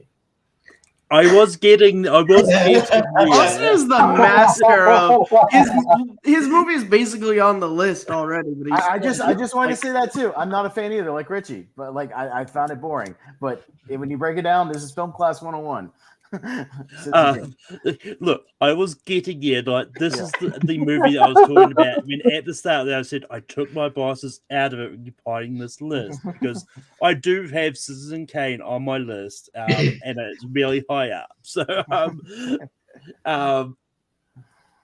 look, It's fine. Yeah, I think for everything Austin said is true. So I'm saying yes. Matt, what are you going to say about Citizen Kane? Yeah, no, Citizen Kane. It is a movie that I respect more than I actually like. Like I said, obviously, taking film classes, this is like every film professor of a certain age. This was Roger Ebert's favorite movie. Like, if you're a film fan of a certain age, I think this is like in your top 5 or it is your favorite. But again, taking my personal bias out of it, it did sort of revolutionize a lot of sort of camera techniques and even storytelling, that kind of like starting at the end of Kane's life to sort of basically tell the movie all in flashback, which was a sort of difference. Or most movies were just like, here's the character, here's the story, here's Cinderella, here's the godmother, here's her with the friend, like all that. This was like, it starts off with this sort of mystery of what Rosebud is. And look, as someone who made a career on this channel doing a Scott Mance impression, you can't not say, Star Trek 2 is the Citizen Kane of Star Trek movies. Airplane is the Citizen Kane of comedies. Airplane is the Citizen Kane. The Citizen Kane of Take 3 shows. Yeah, right. Yeah. Wait, did I say that? I meant to say second. Damn it, Scott Vance. No, that Citizen Kane does make the list. Nick, we go back to you. Okay. Had a long, hard road here. I'm not really sure how much I'm going to be able to say about this, so let's go. The Wizard of Oz.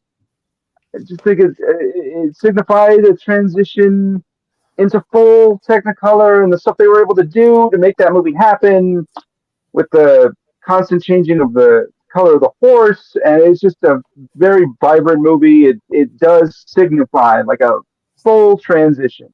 And I don't think that you can have a list like this without bringing that up. So, Wizard of Oz. Richie, what do you say about the Wizard of Oz? Hey, Nick, congratulations. You're getting You're gonna get one. because this is the next one I was going to bring up, because it's the first movie that I think sort of fully utilized color in that way, and it did revolutionize cinema and how we watch cinema, as well as a movie that still holds up. Movie still rules. But anybody taking even if for example I dislike the movie, it still belongs on this list. It changed the way people view cinema, and that people will watch a movie with sort of vibrant colors, and this does deserve to be on the list. Good on you, Nick. I mean, this was going to be an easy yes for me as well. Like, this is the one that brought in Technicolor and all that, and utilized it in this, and I think it really works. And it's also just a really good movie. But yeah, I'm gonna go yes for Wizard of Oz. Matt, what do you say about Wizard of Oz? Yeah, I think Wizard of Oz certainly has a place on this list. Not just for the Technicolor, of which I think that is obviously, and it's funny, my mom talks about when she was growing up, they had a black and white TV. But as kids, they knew that like when she gets to Oz, like it's supposed to be in color, and they kind of just had to imagine it in color. But yeah, I think also just for like, from fancy storytelling, this was really one of those first movies to sort of have that kind of like Joseph Campbell's hero's journey, like the gathering of the team, the meeting of the different people with the different sort of skills and everything, and sort of that team taking on, the big villain, which is a plot you see in so many movies that came after this. Gets a yes from me. Richie, that awesome. What do you say about? Yeah, Richie, just say yes again. It's all good. Malcolm really wants it on the list. Okay, and I'm saying yes again. There you go. Austin, what do you say about Nick, now you're thinking about the big picture, and I can give you a thumbs up. Yes. No, a movie that changed cinema. Yes. No, Wizard of Oz is on my list, 100%.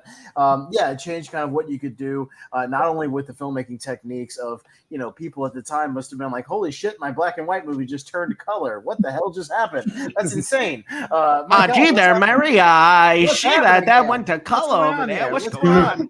Yeah, what's going on? What did you drop that acid the kids are talking about? Yeah, what did you do with musical aspects progressing, actual plot development and things like that? It wasn't just like the characters all of a sudden just break into a song. It was like we were progressing characters with these songs. We're progressing plot. We're progressing the story. We're doing new things with fantasy. I argued for it on a battleground match for wizards, magical creatures, and witches. The best one of those types of movies. Like I still think it is one of the best types of those movies. And I beat Amaru Moses on that arguing against Lord of the Rings. So take that, Amaru Moses, in a battleground match. It's Malcolm's hurting on that one. So I'm just saying, I made an argument and I won. It's definitely still, again, when you talk about influence, this movie still has influence. My God, the theaters are still doing, every time there's a 80th anniversary, whatever, 70th, I saw this with my mom at like the 75th anniversary or something like that in the theater. It still works, still plays, you still feel the influence on it. So 100% yes for Wizard of Oz. Playing on television every Thanksgiving. There you go. So congratulations. Chip, you know what? You just made the list. Oh no. Yeah. I'm really glad I brought that one up first before Richie stole another one off my list. So very happy about that. I literally just said that when we last talked about that, I was like, oh, fine. Richie, what's the next movie going to bring up? Well, this is sort of referenced before, so I might bring up another movie I don't really particularly like necessarily, but I understand it's important in cinema and in the big scope of things. I find it boring, but it's good. It's important to cinema. Gone with the Wind. I think Gone with the Wind is like first like big major epic sort of scale movie. And I think obviously it's still in that sort of cultural zeitgeist today. I mean, obviously like there's elements of it that are sort of hard to watch now, but I still think it's sort of an important film and it's sort of an important sort of the first sort of big scale like epic film that that sort of people flock of its time. So I do think if it doesn't make the list, I just think it's worth bringing up. So I'll go on with the one. Yeah, this is actually tough because it is the big first epic in that, but just like what we've sort of said with some other things that have come up with for other things, like there's I don't know how many other epics there was in between this and Ten Commandments, because I think there was still a really very gap between epics. There's probably reasons it could be output in other ways. But I'm gonna give this a slight no. But I'm not gonna be upset if it makes the list. But Matt, what do you say about Gone for the Wind? Yeah, this is one of those hard ones because I recognize from a filmmaking level and everything that it was doing things that were unusual at the time and everything, but it's also a movie that I've seen once and I don't watch it again because it's so boring. It's boring movie. I'm sorry. And I brought up Ten Commandments, which is a super long movie, but I don't get bored by that. So it's not just the length of the movie. Yeah, I'm gonna give it a slight yes, just because I'm trying to take my bias out of these things.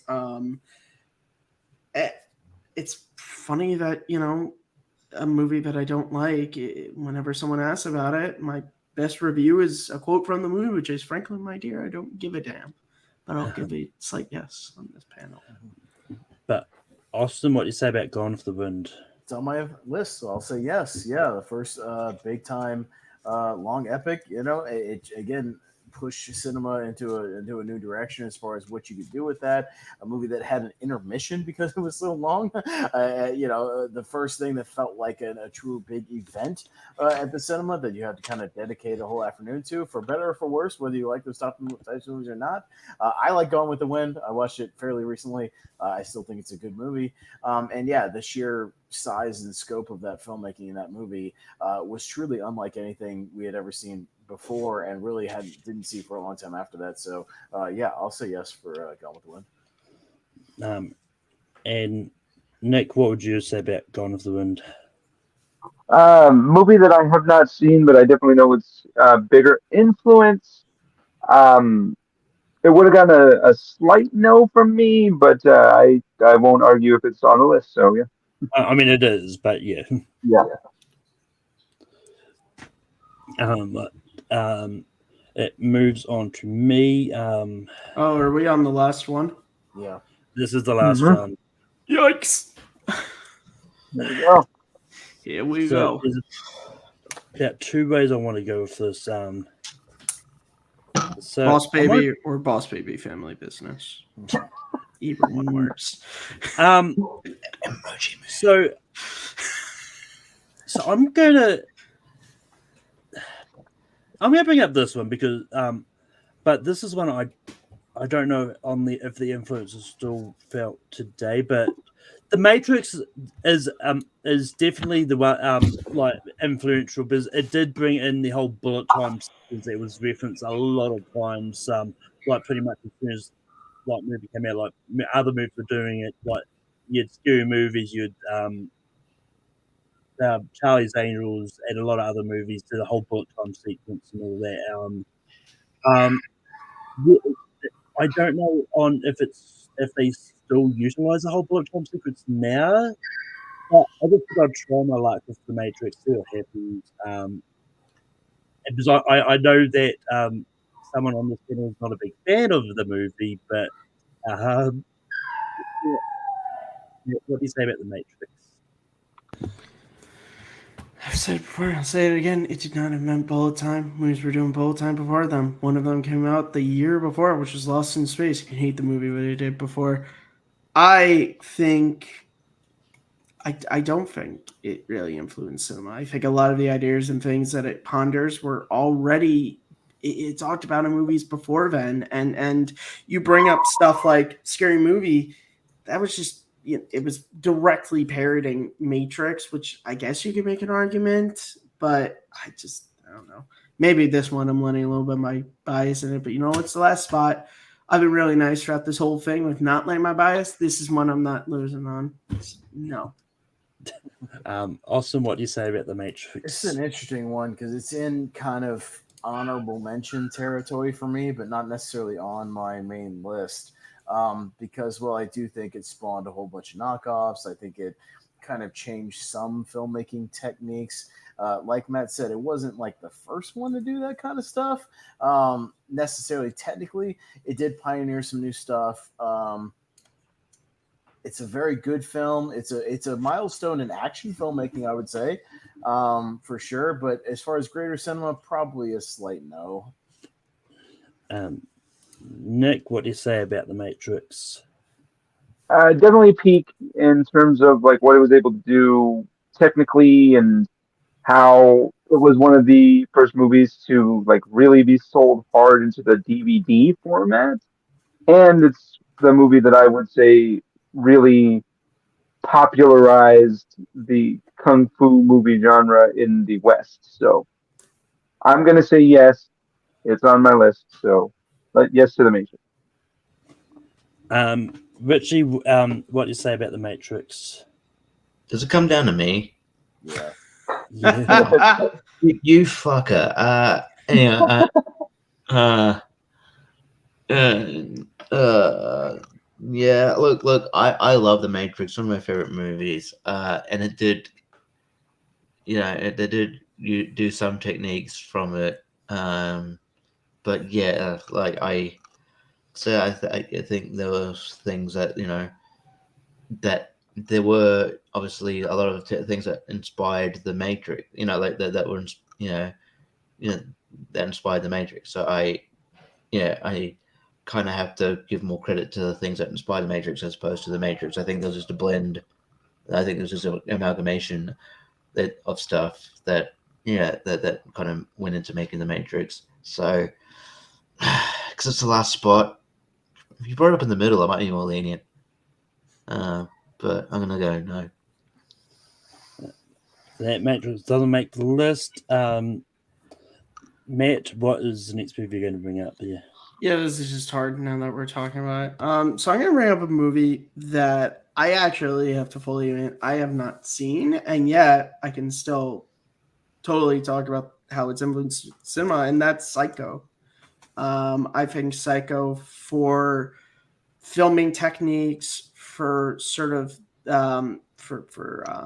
subverting expectations. These things that movies since then have just been using constantly, twist endings. I'm talking very limitedly because I haven't seen it, so I'm literally can only talk about the influence of it. But yeah, Psycho is a movie that even that I haven't seen, I still think belongs on a list of movies that have influenced cinema.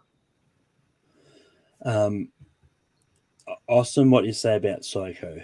Fuck, Matt's gonna make me sell the last one of this goddamn list, isn't he? Shit, it's on my list. So I'm gonna say yes because I think Psycho, when you trace back the roots of the modern day horror film, and I say modern day horror film, I think you trace it back to Psycho because it has the slasher elements, it has the twist elements, it has the mental illness elements, it has somebody that's being not who they say they are. They literally did something that had never been seen before in cinema, which is kill your main character halfway through and completely switch the narrative of the film, which had never been done.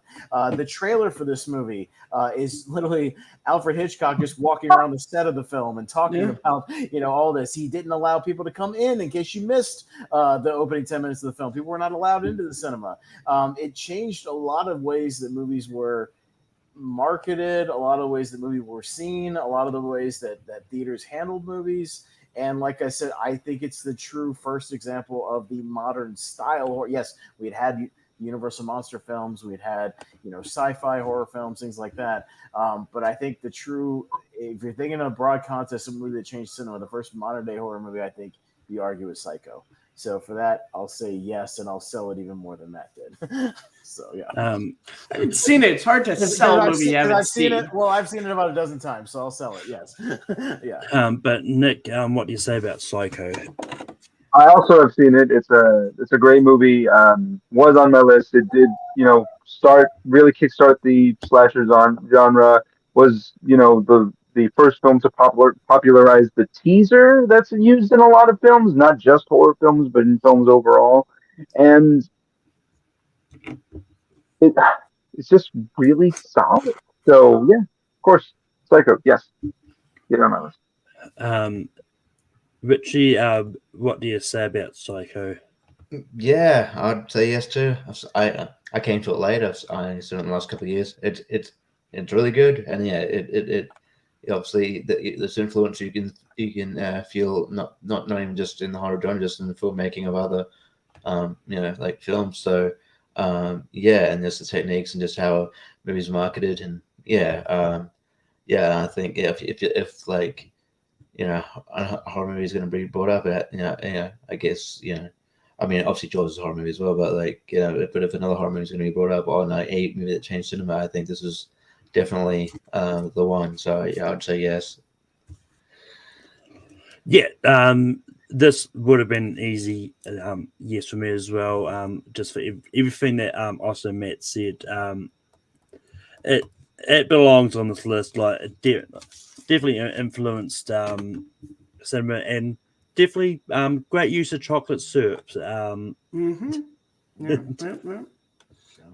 But that we And have we reached. talked about it recently about Anthony Perkins not even being nominated for an Oscar, which was fucking foolish. Yeah.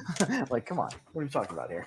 But with that, we've at the 12, so the 12 that have made the list, we've got Star Wars: A New Hope, Trip to the Moon, Toy Story, Snow White and the Seven Dwarfs, Seven Samurai, Story of the Kelly Gang, Jazz Singer, Jaws, Citizen Kane, The Wizard of Oz, Gone with the Wind, and Psycho.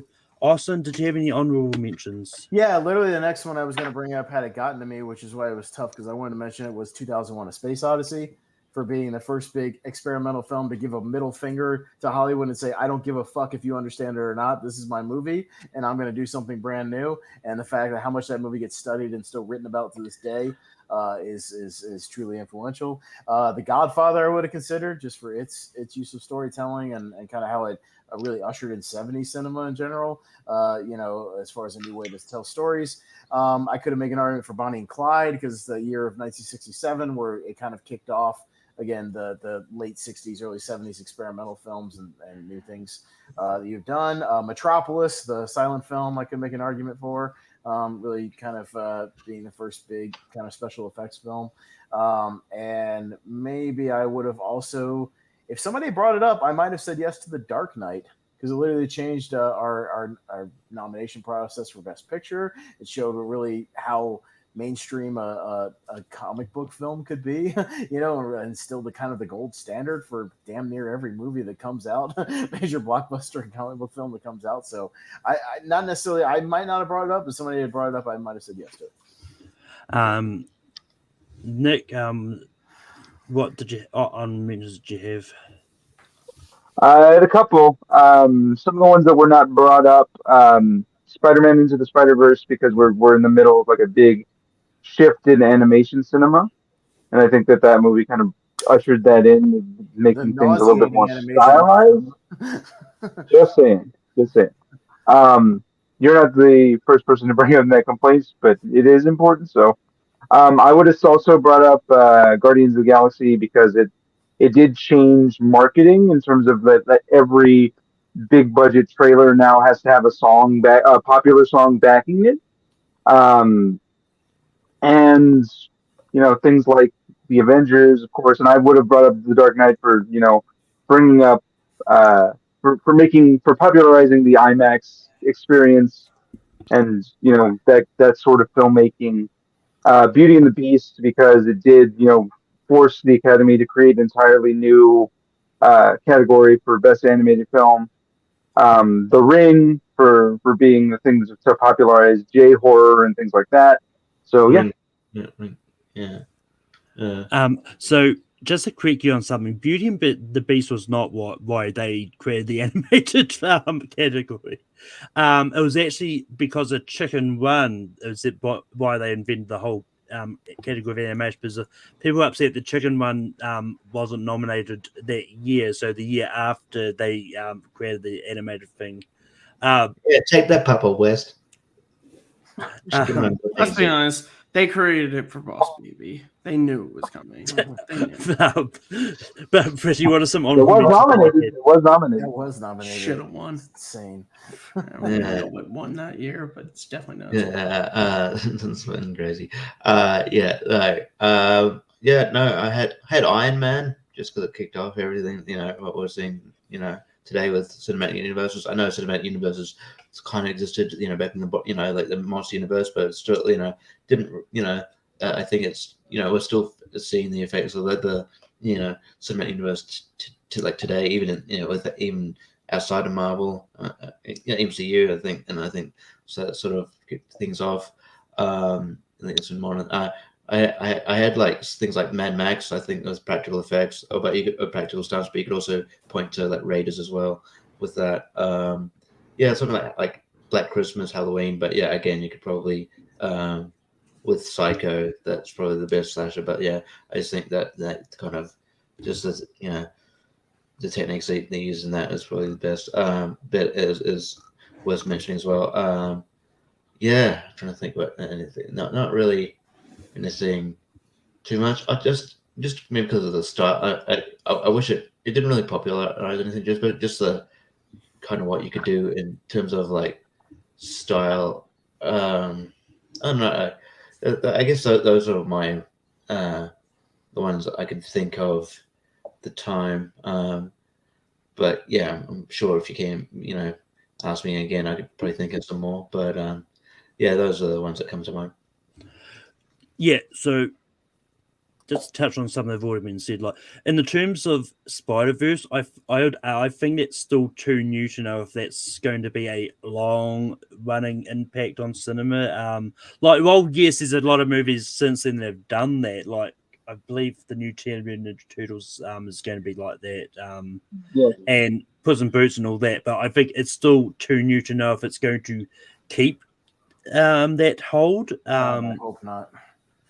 And in the terms of Iron Man, like, well, yes, that's that of it. I would argue that it was the Avengers that first showed people that a cinematic universe can work well. Yeah, Because it'd be popular. because the Avengers was the one that kind of showed that you can have all these characters that existed in the same universe. Oh no, Frankenstein vs. Wolfman came out. Yeah, in I don't know 40s. about Abbott and Costello Meet Frankenstein. They had all of them in there. Yeah. Like, I would argue that, It's just saying the Universal horror films. I'm just saying. Yeah. No. I'm just saying, like, there was still a big gap between the Universal Monster movies and the MCU. I'm just, I think that, not that, yeah. Anyway, but someone mentions that I had, I mean, like, Titanic I had on my list. It was the first sort of big movie that had like still had relatively unknown like two lead actors like Leo and Kate. Like they were known, but they were still. I think Titanic was the one that kind of showed them as the big actors that they are, but also first movie to make $2 billion. And look, I was considering bringing this up, but I didn't. But Lord of the Rings, like it was one of the first sort of movies that kind of proved that like you can film everything sort of all at once, and then like there's a lot of movies that have done that since. Like I believe the two Matrix sequels was like back to back. Infinity War and Endgame, I think was that. I just didn't bring it up. 2 and 3 were filmed at the same time, but okay, all right. Well, I didn't know that. Technically, Superman 2 were being filmed at the same time. Yeah, Then midway they stopped that. First one to do that, That's true. No, I mean, yeah, I put it down because I saw it on a couple of lists when I was doing research. Like, I didn't bring it up because I wasn't too sold on it as well. Because I think, yeah. But anyway, now it's time to sort of. Whoa! I had no honorable mentions, I guess. This isn't the first time you've done this to me, Malcolm. I figured you're trying to send a message to me. So yeah, I had Godfather, which I'm gonna be honest, I was thinking of bringing up, but then after like Gone with the Wind thing, I was like, I have a feeling that it's gonna be like when I brought up Ten Commandments, we were like, well, we already have Gone with the Wind, and that was kind of a dramatic, so I didn't bring it up. So thank you, panel. I bring up a movie I actually had seen and thought influenced cinema. I'm kidding. I had American Graffiti. Just because I felt like that was one of the first films to sort of have, sort of teen protagonists at the sort of center, and for sort of, sort of those teen comedies, you see the influence in like, taking place in only, the span of like one night. You see that in, John Hughes and Richard Linklater's work. I have Reservoir Dogs because just for like sort of independent cinema, I felt like that was one of the ones that sort of like broke the mold of just like sort of like art house movies into like actually being mainstream.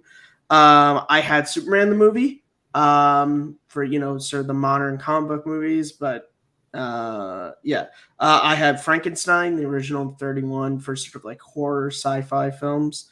The Good, the Bad, and the Ugly for sort of sort of again, sort of on the epic side and maybe more specific for the Westerns.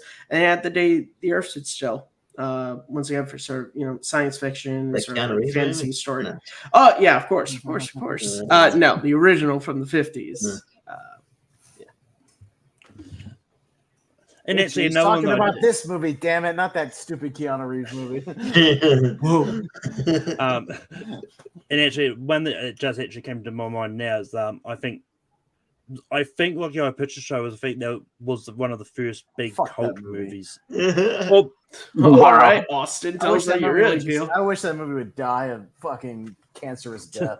Fuck that It movie. is insane. I will give you that. It's not a great movie at all, but it is something to see. And I disagree with that premise. Deep Throat was the first cult movie, literally. So I don't know what it is. It's the first porno movie that went mainstream and became like a cult hit. Austin owns it on 4K. No, but Vinegar Syndrome does sell a 4K of Deep Throat. I'm not joking on that. and actually, one I'm surprised didn't come up. But I'm like Temple of Doom was the one that ushered in the PG-13 rating. True. Yeah. Well, technically, it was a combination of Temple Doom and Gremlins. Mm-hmm. That sort of but I mean, still, it's like, I've seen a lot of things like credit Temple of Doom as the one that ushered it in, but Gremlins came out around that same time too. But what was the first movie to be rated PG-13? Anybody know? Red Dawn, right? Yep, Red Dawn. Yeah, Red Dawn. That's the first one. Yep. Wolverine. But anyway, time to actually rate this. Matt, what do you have for 12? Just because I did not hear about it until this panel, I have the story of the Kelly Gang. Austin, what do you have at 12? Yeah, I told Richie it was going to be my number 12, but that Kelly Gang movie. Nick, what do you have for 12? I went with Jaws. Oh my god, Richie, you're gonna be sitting on that for a while, man. Story of the Kelly Gang. Yeah, story of the Kelly Gang.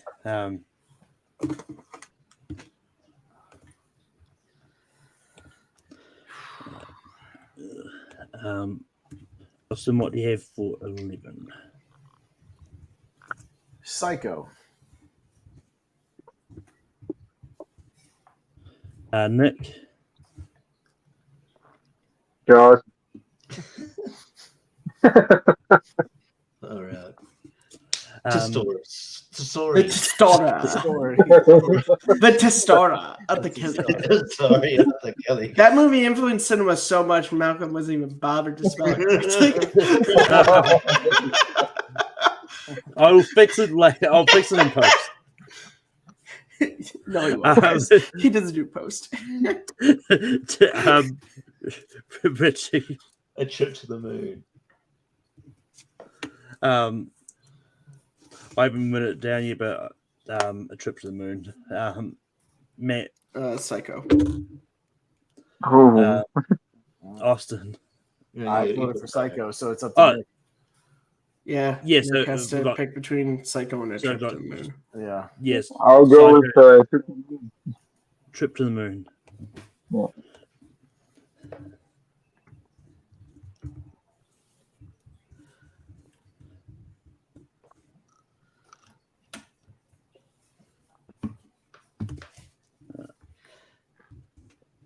Nick, what? Are you sticking with yours? Oh. Yeah, I'm sticking with Jaws. 3D. Not that one. Is it working? No. That was Jaws 3. Yeah. Jaws 3. The most depressing thing I learned earlier this week watching a podcast about the Jaws movies was National Lampoon had pitched Jaws 3 to the studio, and the title was going to be Jaws 3 People Zero. Yeah. And I'm like, Wow. we're fucking robbed of an amazing comedy. Well, Steven Spielberg put the kibosh on that. Yeah, thanks, Steven. Yeah. Richie. And some that come up in the comments. Maybe. If I was to put the most influential indie movie, especially the modern era, it'd be Pulp Fiction more than anything else. Yeah, that's I was between Reservoir Dogs and Pulp Fiction. I just kind of gave it to Richie, have I gone to you to vote on team? Psycho. Yeah, Psycho. Matt. Psycho. Austin. Psycho. Psycho is going to be 10.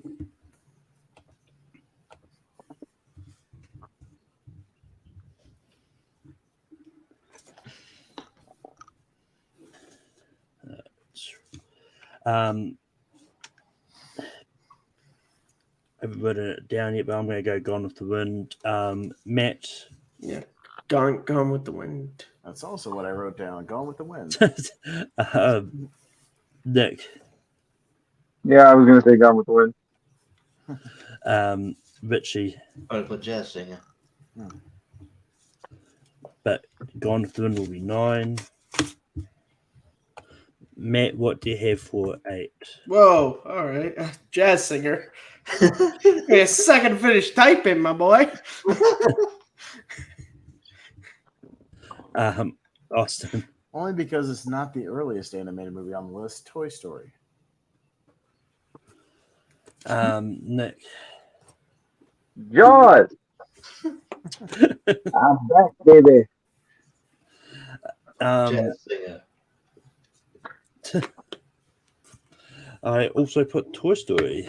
So it's Oh my god. Nick, Toy Story or Jazz Singer? Yeah, I'll go with Toy Story.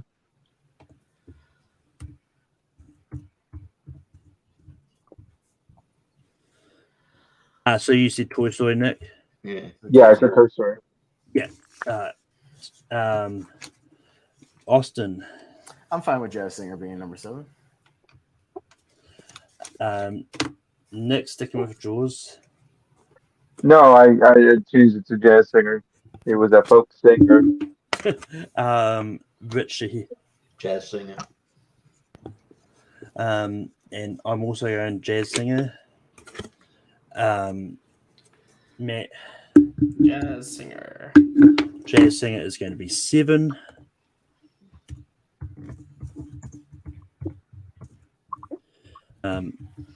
Nick, what do you have for 6? Citizen Kane.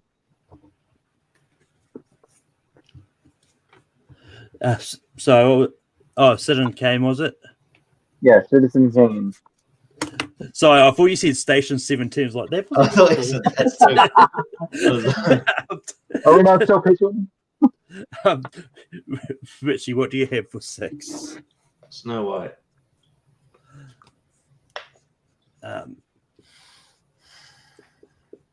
I'm also going Citizen Kane. Matt. I have Snow White and the Seven Dwarfs. Austin. I thought Nick was going to stick. I said Jaws. So it's between Citizen Kane and Snow White. Austin gets the tiebreak this time. Citizen Kane is like the start of modern filmmaking, so I'm saying Snow White.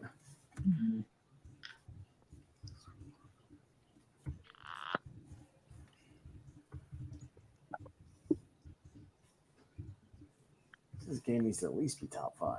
At least. Nope, it's going to be top 5. Yeah. That's why. Richie, what do you have for 5? Hang on.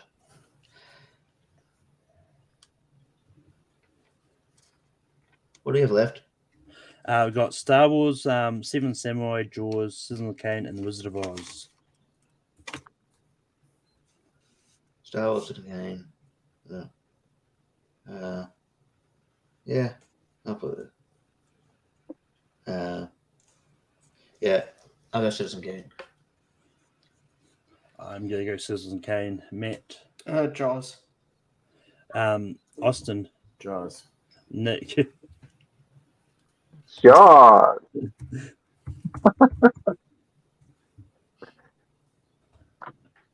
Jaws is going to be 5.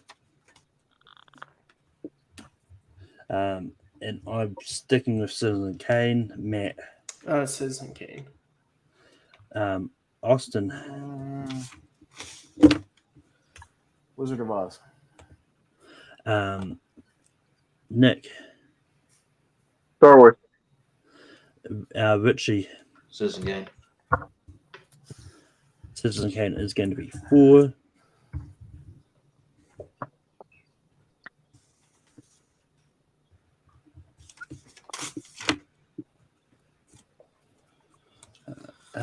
Matt, what do you have for 3? Seven Samurai.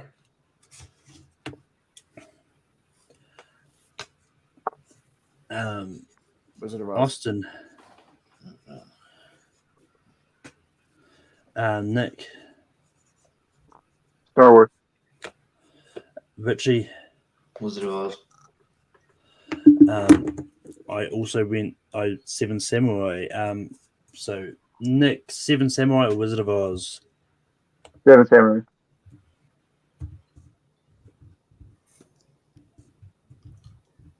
And now it was this time we go for number one.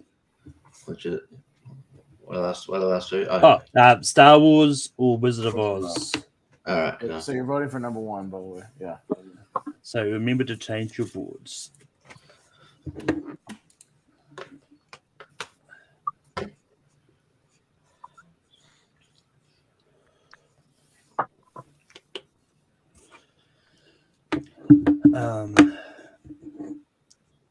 Austin, what do you have for one? Star Wars. Nick. The Wiz. Michael Jackson's not on this. Wrong movie. Richie. Star Wars. Wizard of Oz. Matt. Star Wars.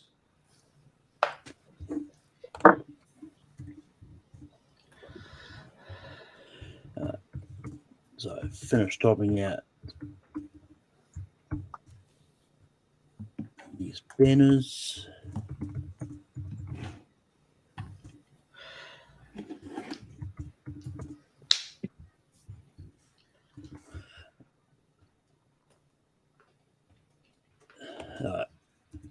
That being said, here is our list for top 12 movies that changed cinema.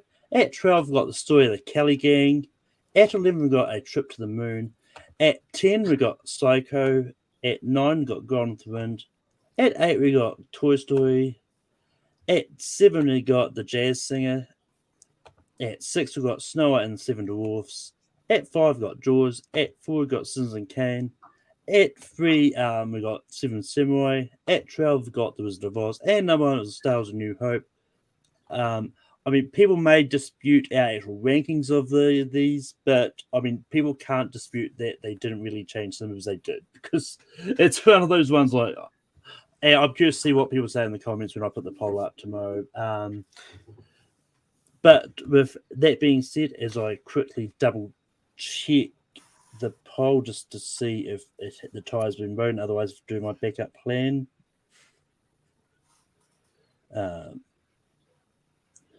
But Matt, where can people find you online? You guys, as always, can find me at Kearns_Matthew on Twitter. I gotta look it up because now I gotta pimp this one up too. Because it's not the same on Threads, unfortunately. You can find me at Matt J. Kearns on Threads because Twitter might die. You can also find me on YouTube at MattMovies611 and right here as host of Second Look, the fan podcast, and co-host of Simple Tricks and Nonsense. This was really fun. I always enjoy talking movies and disagreeing respectfully. And yeah, which is what we do here on Rank 'Em sometimes. Sometimes not so much. Sometimes. And anytime I get to shit talk the Matrix on the panel, I'll take it. Austin, where can people find you online? As for Austin, you can find me bringing up nothing but old movies on Rank 'Em and trying to educate people. So I'm glad some of those got at the list. I'm happy about that. Good list tonight, though. Fun topic. Mostly on the Movie Hero Network, co-hosting tournament fights, tier ranker fights, Podcast League Now, a podcast about movies with myself and Jacob, which will return this upcoming Saturday night. We'll be discussing the Mission Impossible franchise. We don't necessarily rank them. We just kind of talk about chronologically. We just talk about all the movies. Jacob hasn't seen a lot of them, so that should be interesting. And then various trivia leagues around this area and movie battleground over on TMG Entertainment. I've got several matches up right now, and I guest host a lot of matches as well. So there you go. Nick, where can people find you online? You can find me here or other places that are movie related where I have different opinions according to most people. But I appreciate Austin for really educating me, particularly for some things that I didn't even think of or consider for this list. As difficult as it was. Steven. Every director you ask in Hollywood would say Citizen Kane should be numero uno for modern filmmaking, but That's just me. That's what I would have voted for. That's fine. I get it. I don't even like the And movie to that quote much. Tommy Lee Jones from The Fugitive, I don't care. Yeah. But Richie, where can people find you online? Find me on all the various trivia leagues. Finally, I just did a thing on combat wrestling trivia. I took on Topher in the tournament there. Topher LaBelle, so you can find that there. Eventually we'll get podcast to be telling the streaming back up and running. It's just life got in the way. It's been a bit rough, but I'll be I'll be back at it soon. I've decided I sort of just I do need to be on these things to distract myself. So I'm probably not I just won't be on like long form things, but I'd probably still be on I would still say at this point we'll talk about it, but I'll still plug Lonely Marks on. We'll talk about that. So Lonely Marks, it's on Thursdays. You'll catch me eventually on Tournament Fights, Tier Ranker, and all them. On various in various tournaments on JPO's league as well, coming up. So should be all good.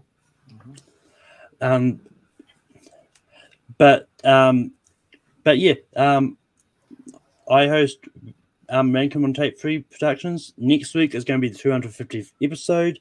So I started off a couple of weeks ago. We put up a poll of 12 options. There was 2 tied. So I did a poll for just those 2. It's still tied.